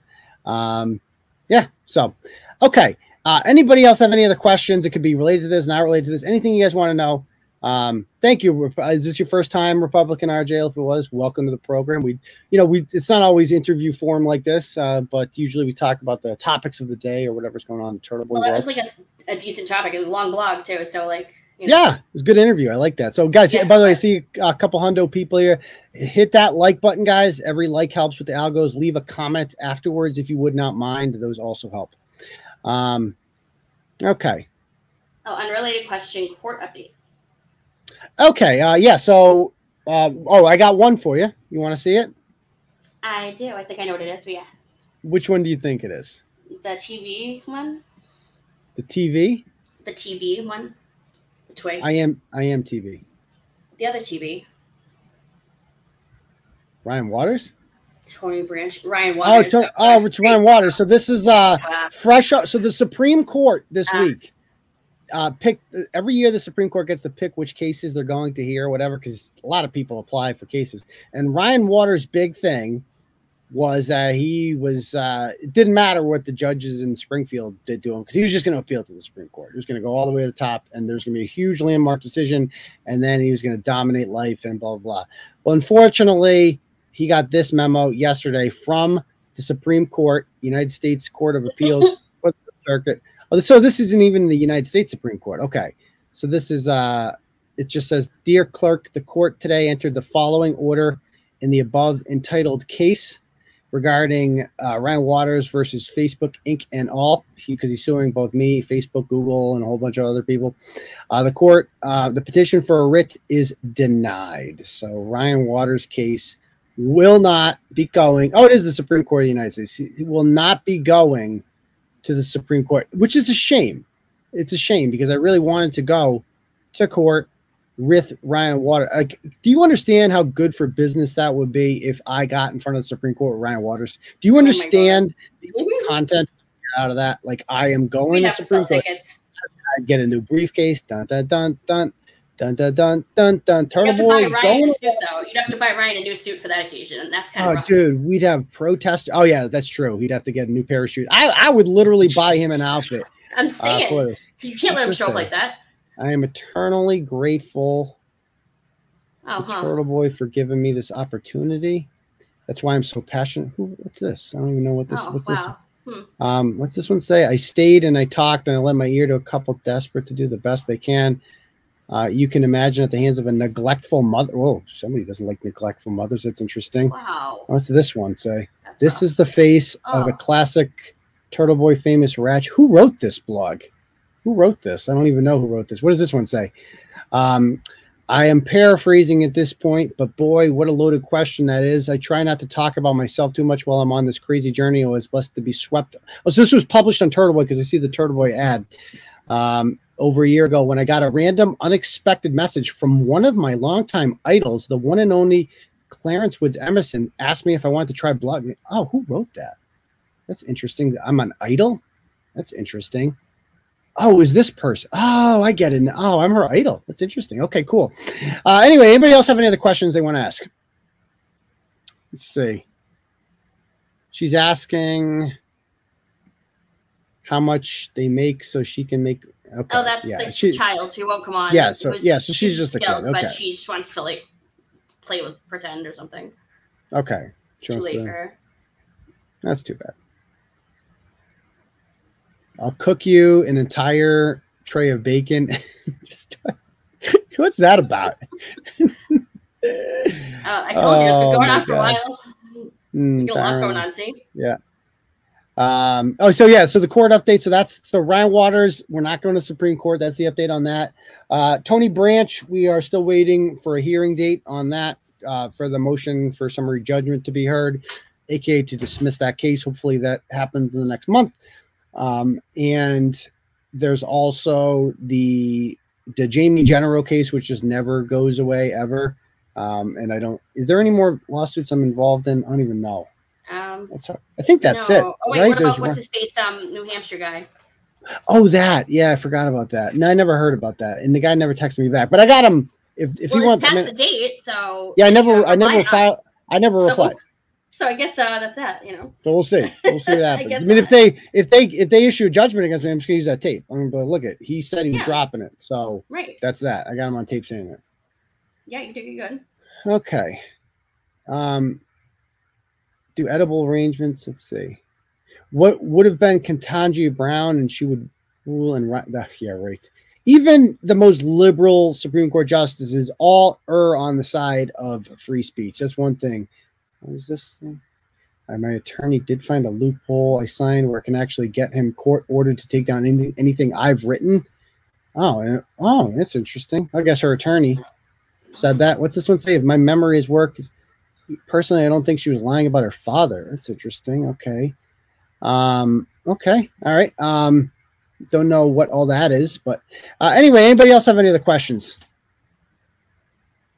The Ashley St. Angelo case, that's been over for, oh, no. That's still going on, but that's different. I mean, I'm a victim of a crime in that one, so it's a little different. I periodically get updates from Joe's office. So when's our breakfast date? She said whenever she had a you dream want, Karen. the other night, and she met you in person. Oh, geez. You're going Late to make night me Kari. blush. You're going to make me blush. We're getting the details on Turtle Club. Join. Yeah, apparently. Anybody else have any other questions? When can we start selling Thuggies? Good question. All right. Let me see what else we got here. No, Chrissy's still around. What happened to Chris? No, she has court coming up. Her trial's supposed to be coming up. I got to, I had a tweet featured on the quartering. Yeah, somebody told me about that, but they didn't say my name, right? Oh, yeah. What is this one saying? Hold on.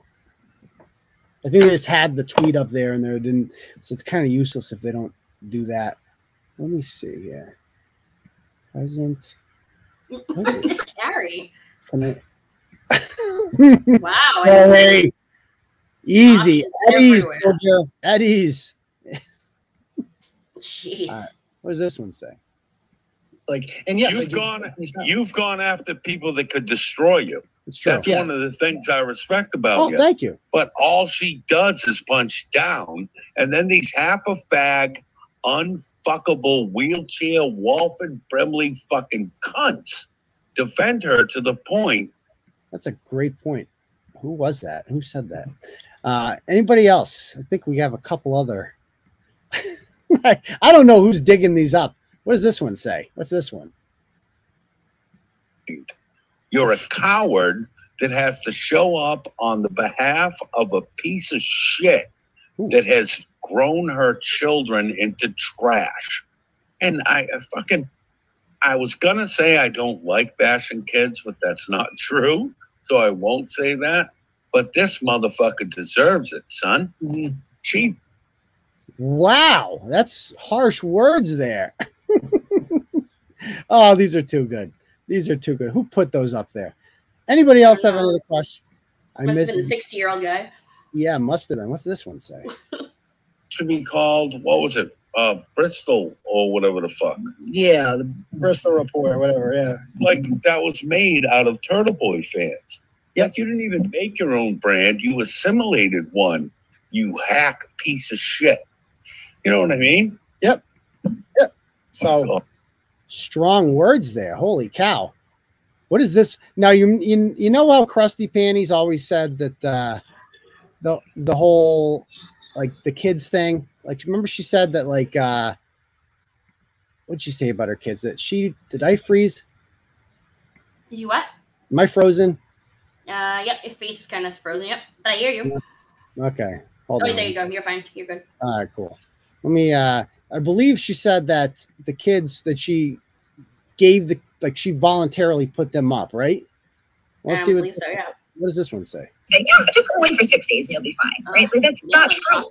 And I don't want people walking away from that going, oh, like what's wrong with me? Why can't I get better in 6 days? Because like the truth is that no one can.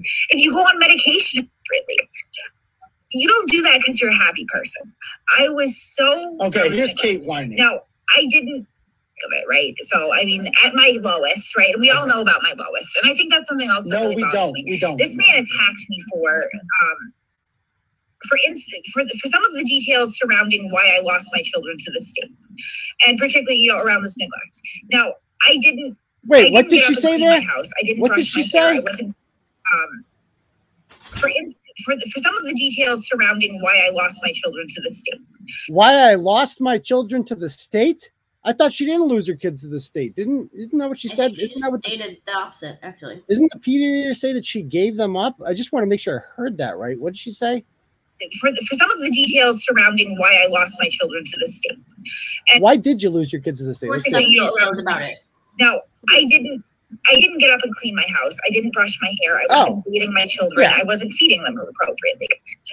Oh, yeah. So she just wasn't taking care of herself or, you know, feeding them.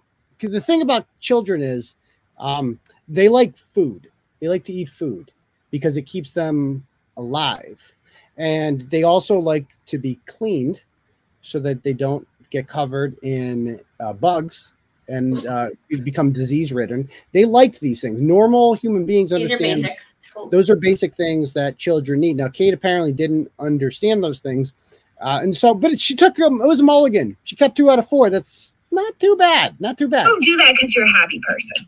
I was so deeply depressed at the time that I had a hard time even getting out of bed to brush my teeth. Oh, she's a victim. And I didn't have any support, and I didn't have anyone because I was just coming out of an abusive relationship. Oh, right. And I didn't have any friends, and I didn't have any family. So it was me and the these emotion kids. is real. And he attacked me and attacked me and attacked me for that.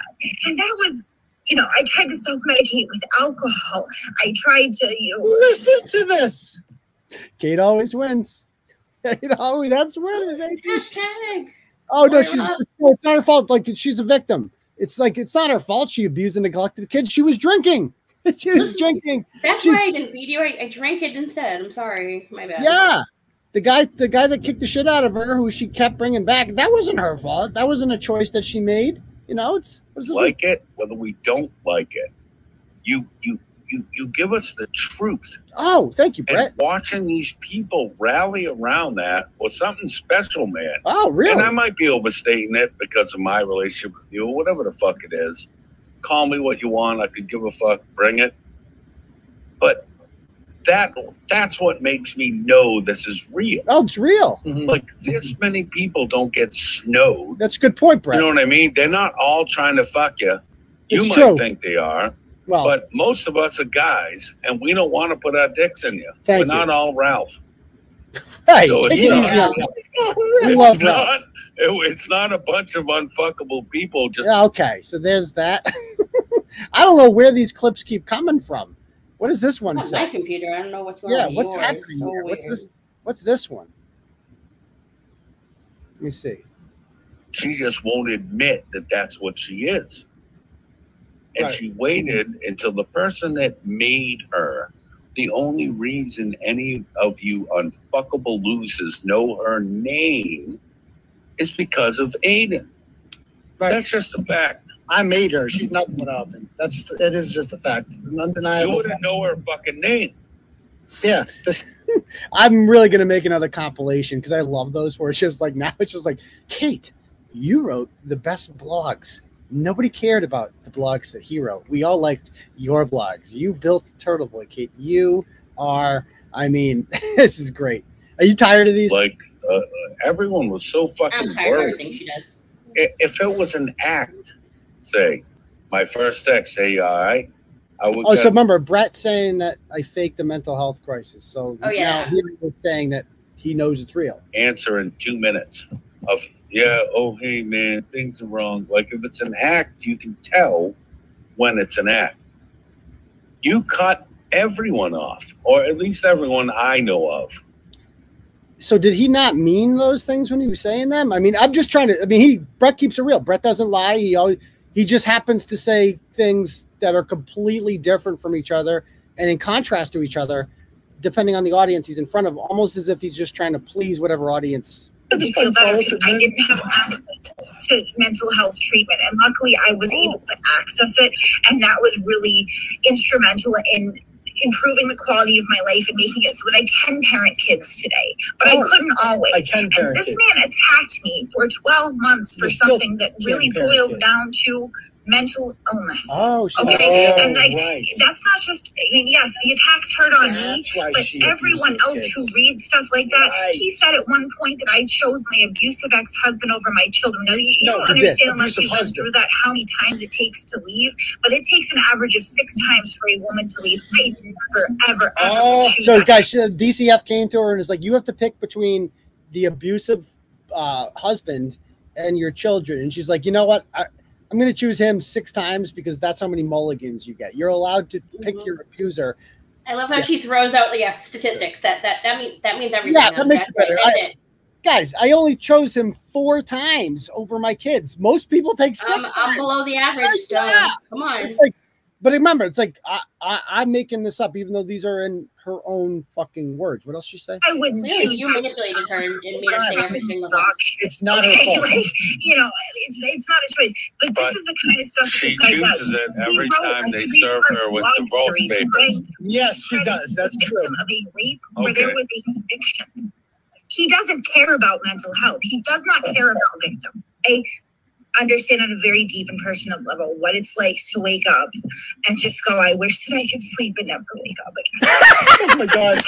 Stop it. And so I understand Stop that. it. And I have empathy for that. This is so fake. The truth is that it doesn't get better in 6 days. It doesn't get better. It's all about me. Like then basically your whole thing is like Aidan's lying. Like, yeah, so listen to me, my whole story. Aidan's lying about his situation. I'm the real mental health patient. She just can't fucking help herself, Brett. Listen, so my by the way, you see this count backseat blowies there? Yeah. You know who that Right. was? You know who that was? That's Chrissy. Oh, Do you notice who the profile picture is in that? it's Leanna. Yes, it is. Nice. That was one Nice. of Chrissy's alts there. And she said, shut the Diane, because she loved Diane. She wanted to like kiss up to Diane. Where's Oh, my yeah. home? That's how you could always tell that's one of Chrissy's alts. And she would always use the LG He faces. talked to Amanda, Brittany, Amber, Ralph. My little fucking squad of misfit toys. I'm vaginal as fuck. Yes, you are. Yes. Yes, you are, sir. What do we got here? What's this one? To be called, what was it? Bristol or whatever the fuck. I think we heard this one. Bristol Report or whatever, yeah. Like that was made out of Turtleboy fans. Yes, You it didn't was. even make your own brand. You assimilated one. Great point. You hack piece of shit. You know what I mean? What? Okay. What do we got here? What's this one say? Let's see. Hold on one sec.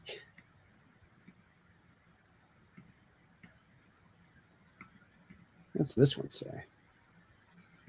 affairs, and we're putting it out there because that's what he does to everyone else. If you really don't want other people involved, Aidan, stop saying that my children motherfucking molest each other, for starters. Wait a minute. I thought Bret was the one saying that. What the heck? He's right there on the panel with you. Why don't you say something to him? Jeez Louise, give me a break. Why am I always the bad guy? Because you know it was just Bret saying it because you made him say it. Like, Oh, isn't that funny? what's wrong? How people, Why don't you understand how it goes? It's very simple, guys. Like You should know how it goes now. Every single person who has ever supported me or had anything to do with me, you get while you actively support me, you get attacked and you get told that you're this horrible person and blah blah blah blah blah.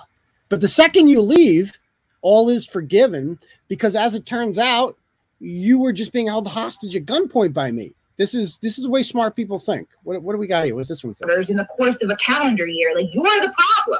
You're the problem. Do you know how many restraining orders filed on me this year? 0. You know Wait. How many restraining orders did she get this year? 0. Wait. Restraining orders filed on me. Do you know how many restraining orders filed on me this year? 0. You know how many harassment? Oh, I could have sworn she had one on her the other day. I could have sworn. No longer true. Yeah, that's changed. That's definitely changed. It appears as if you have some. What do we got here? What's this one? I don't know where these clips are coming from. Ask people to do much of anything at all. We come to the streams, we talk. A lot of the time I'll ask people not take action on the people that we talk about. But at this point, like, something needs to be done about Turtleboy. Oh. We need to fucking do something. I love that. Something needs to be done about Turtleboy. Sounds like an old lady phrase. It's like, I don't know, old ladies with like purses. I don't know. Yeah, I thought she was like a First Amendment person. I thought she was like a First Amendment person. No, I guess that changed. I don't know. I guess she doesn't like the First Amendment anymore. I don't know. What do we got here? What's this one say? Something.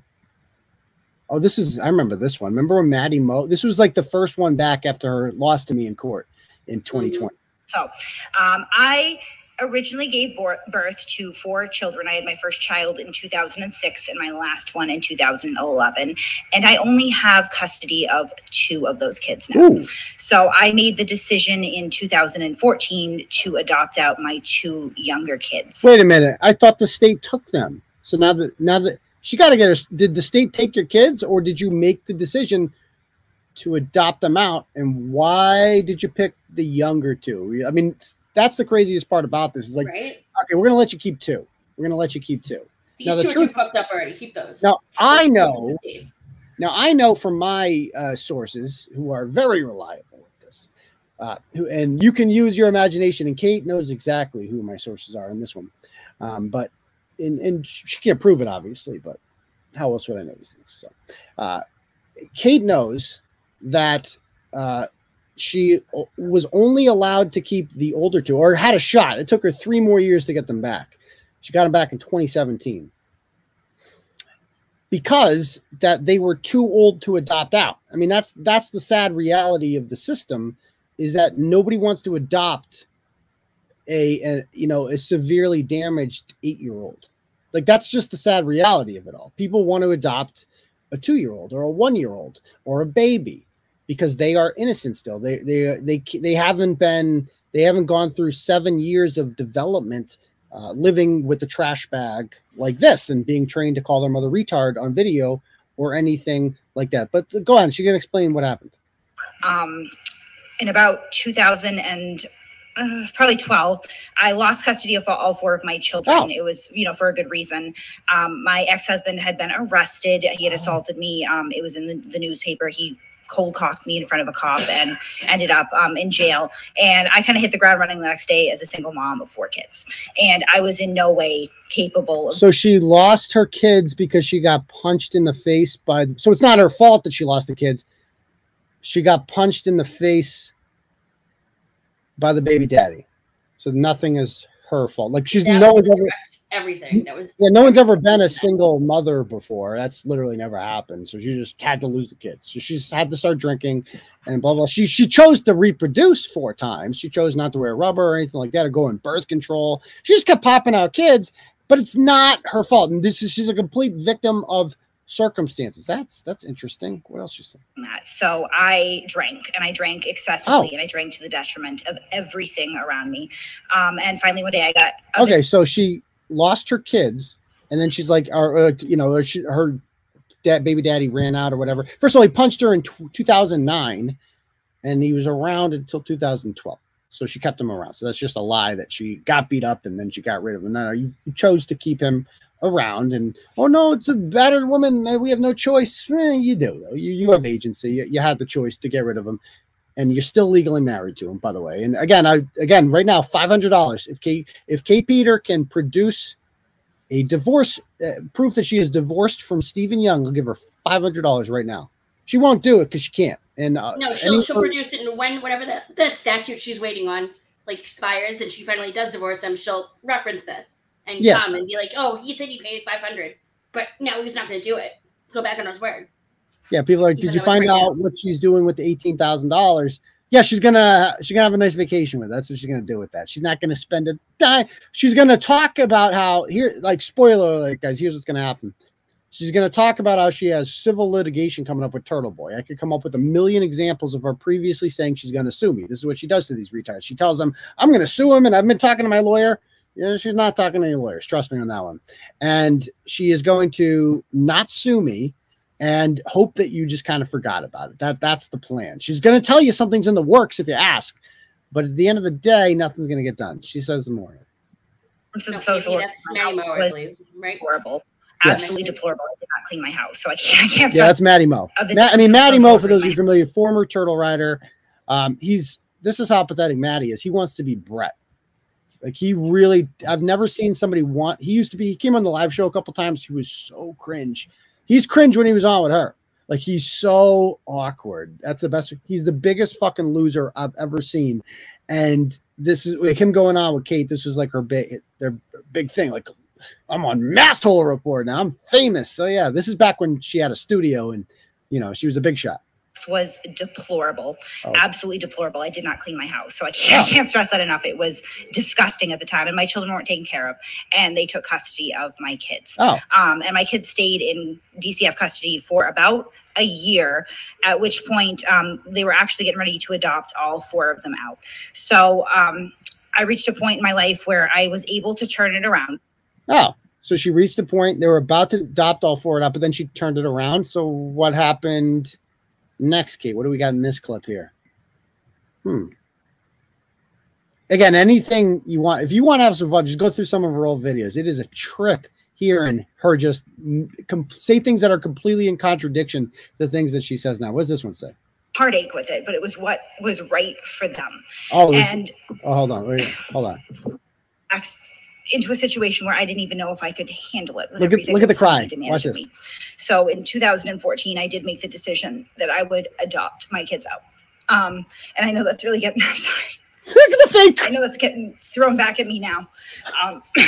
But I had to do it. And it wasn't an easy decision, and it wasn't a decision that I'm proud of. Like, guys, can you hear? I mean, does that sound authentic to you?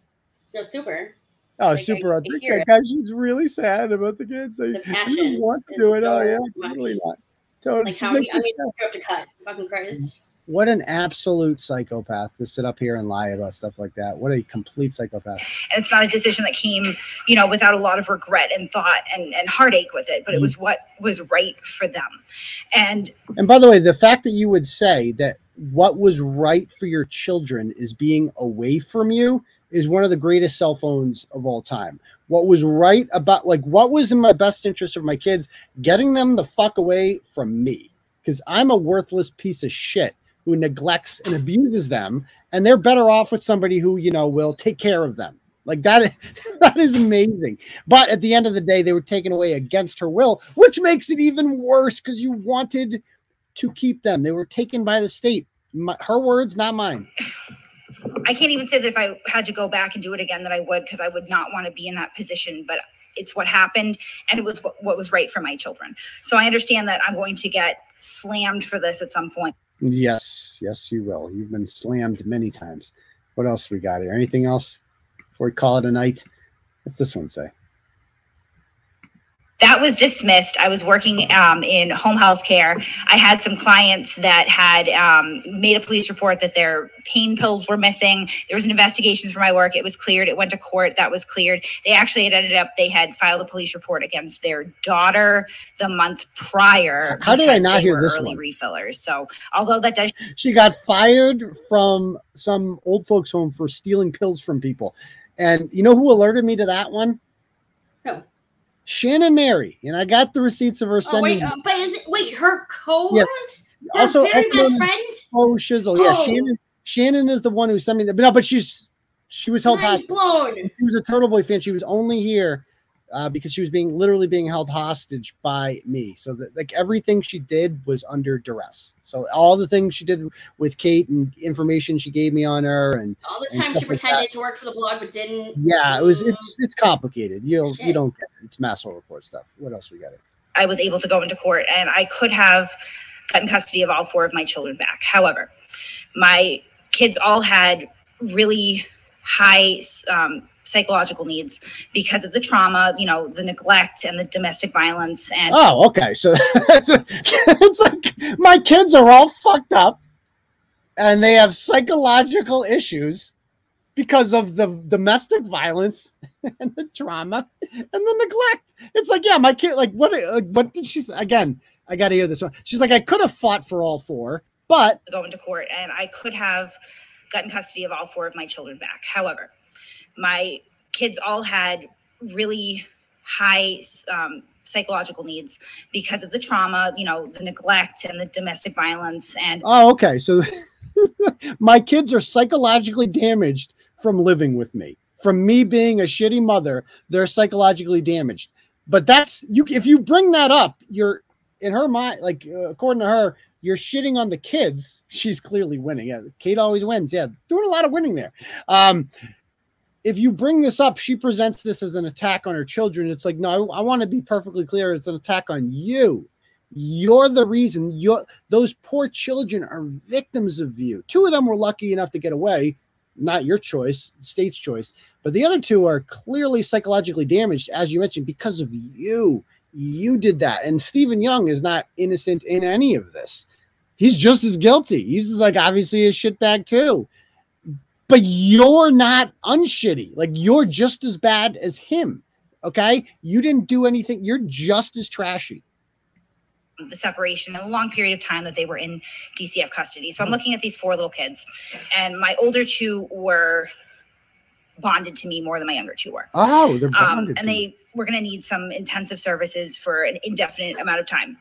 And then I had these 2 younger kids who were placed together in a foster home, which was really, really fortunate for us. And they had been in this foster home for probably half of their lives at this point. And it came to a point to where I had to make the decision what was right for them.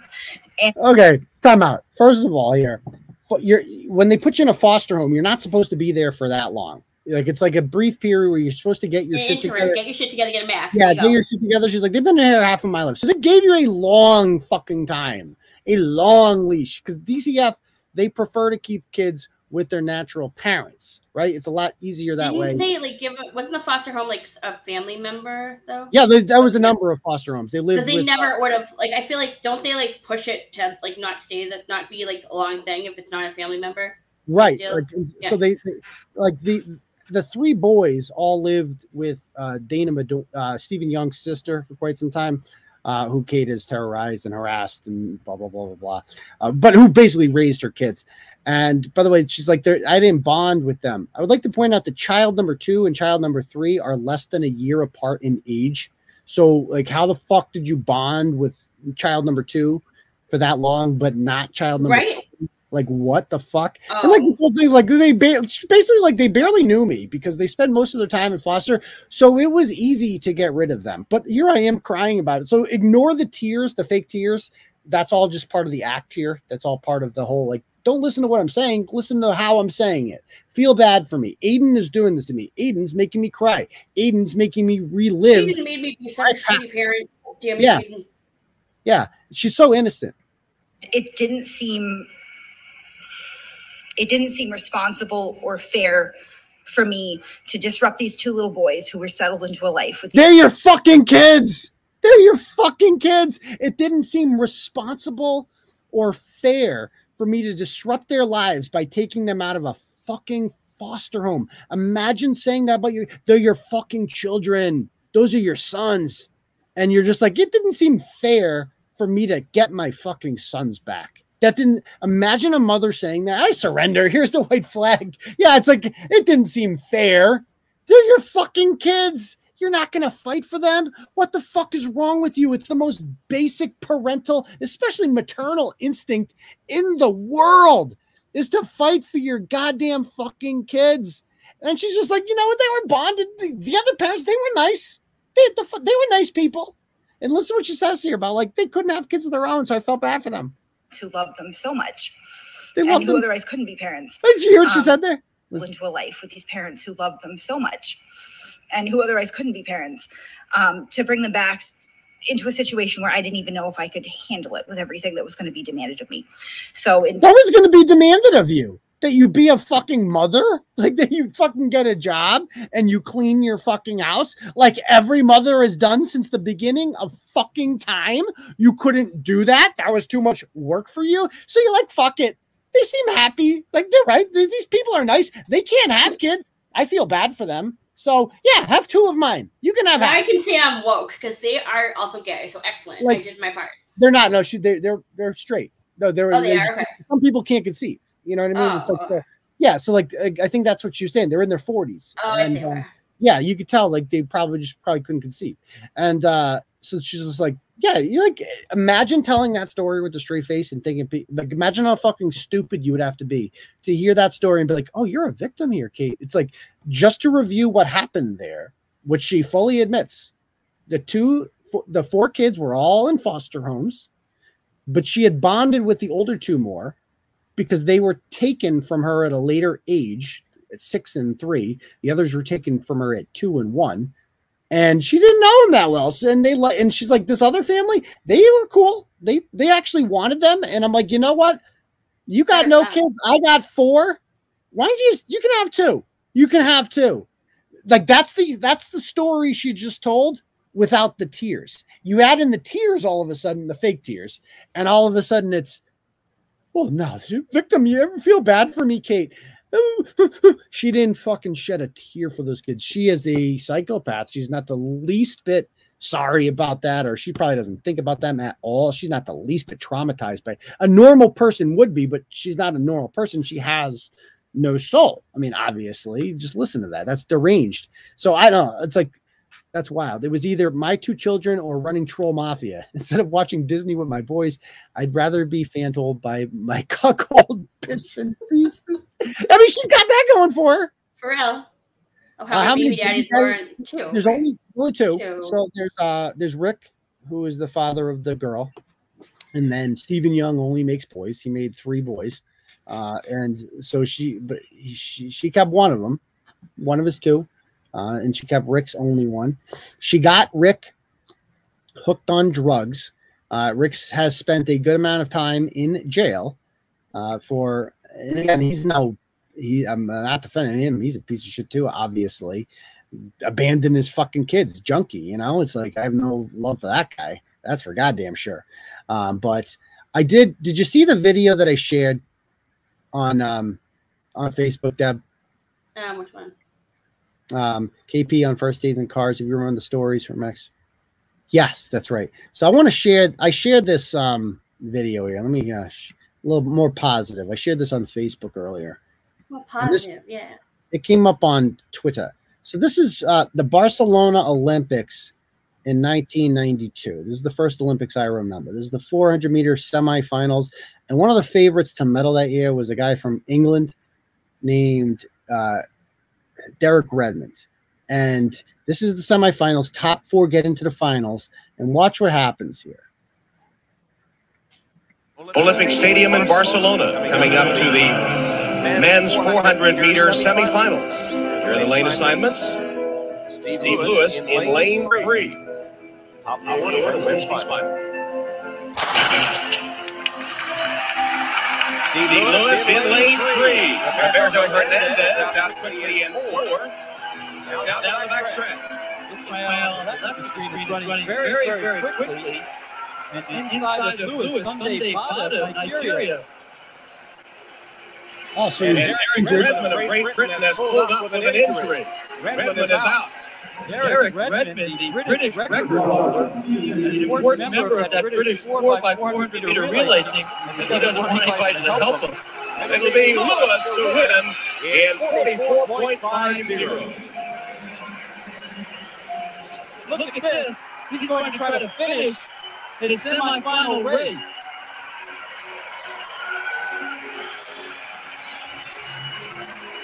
The British have a certain tradition of running, which you have to respect. Now watch this. You see this guy coming from. You see a guy running down the stairs. Yeah. Our finish to this first semifinal of the men's 400 meters. Derek Redmond of Great Britain pulled up with an injury halfway down the back stretch. He's fighting off those trying to help him to finish the race in his lane. And now the pain too much. Look at this when the security guy comes over. Look at the face he makes.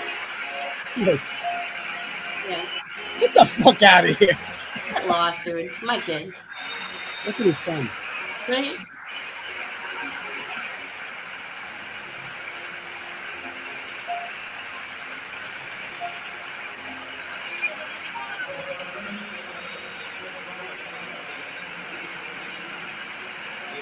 Swelling throughout the Olympic Stadium as Redmond, with assistance this time, approaches the finish line he had wanted it so desperately to reach. And they clap.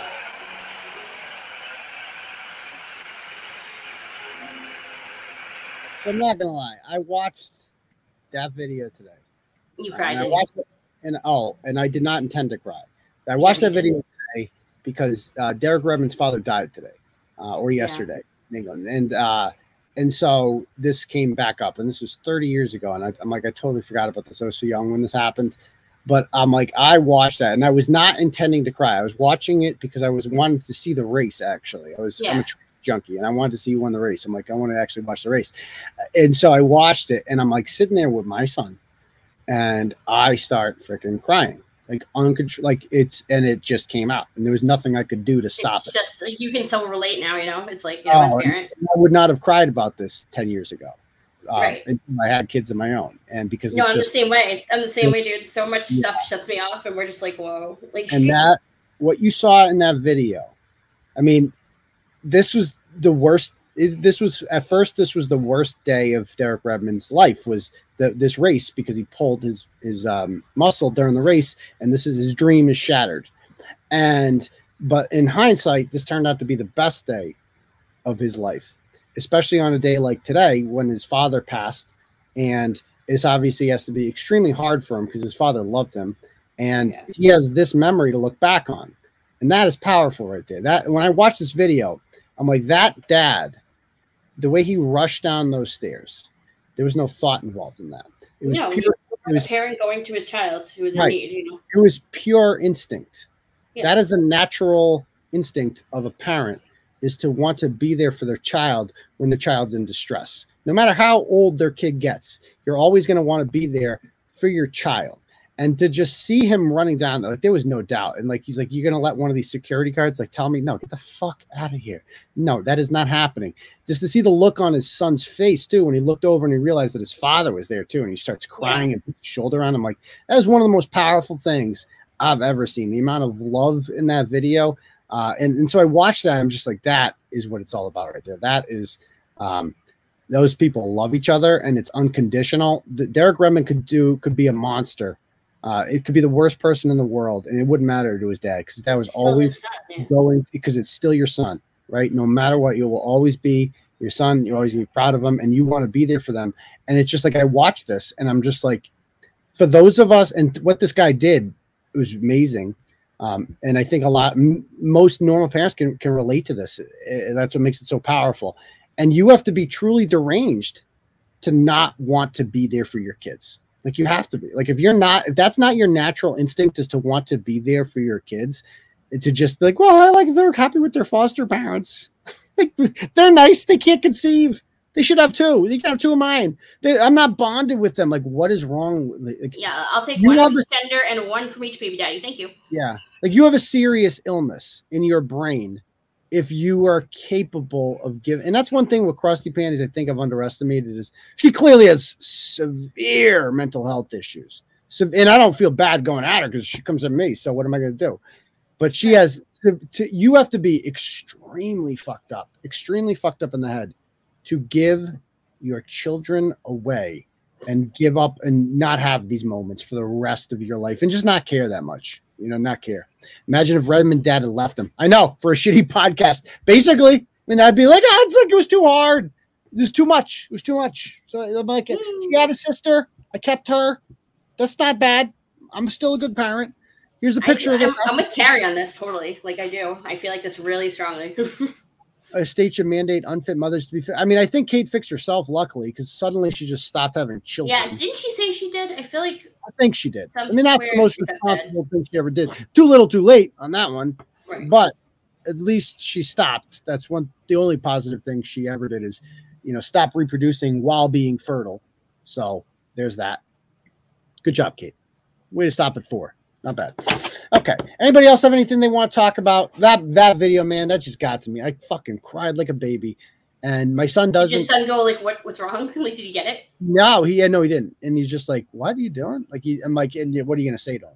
Yeah. So I did show him the video, and I told him, and I'm like, look, see this dad, the way he's like being there for his son. I'm like, that's the way I'm always going to be with you. I'm like, because his love for me is different, I think, than my love for him. It's stronger. Like, mine is stronger. Like, to be perfectly honest with you, because in mine was the same way with my parents. And I sent this video to my parents afterwards, and I said, I'm like, I just want to thank you. And you know, I'm like this. I couldn't understand this when I was his age. I couldn't understand. Yeah. No. You can't. You can't. Yeah. And people always tell you you'll get it when you have kids of your own, and you're all like, whoa, what the fuck? It's bullshit, but you do.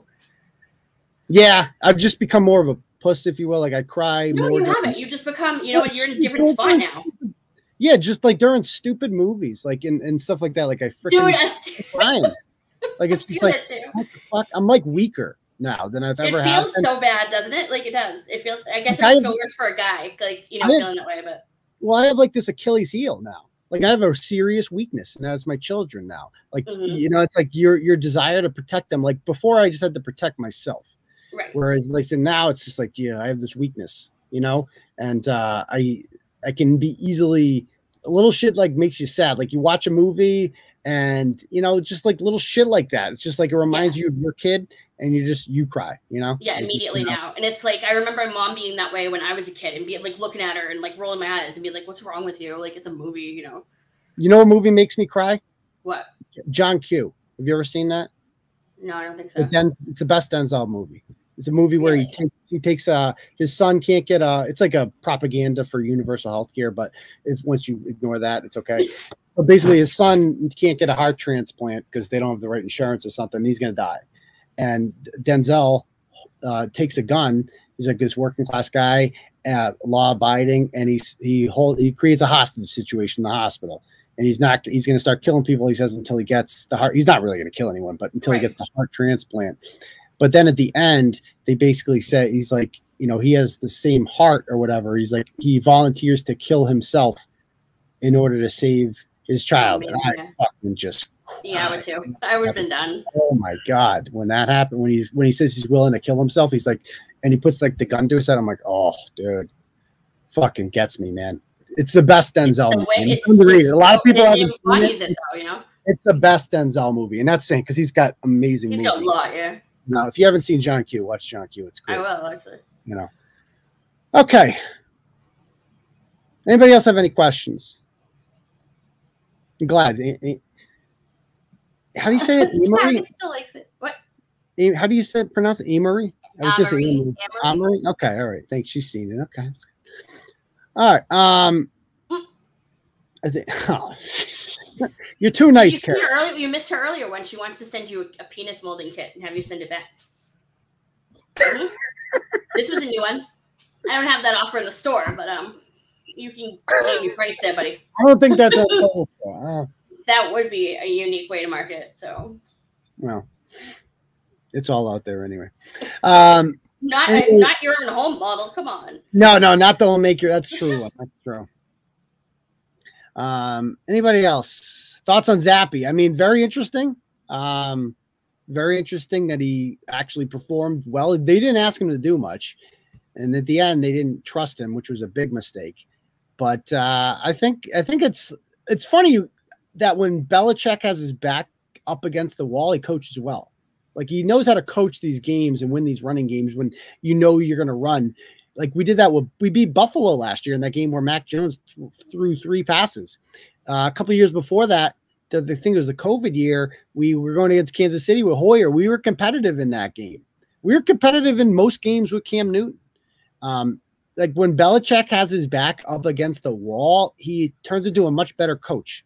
And when like this was easily his best coach game of the year. It's like, where has that been for the other 3 games? Like, why are we? I don't know. So I love the Zappy thing that's happening there because it also puts pressure on Mac to be better. And I think this is going to benefit the team. You got to beat the Lions this weekend. I feel bad. I like the Lions. My son likes the Lions too.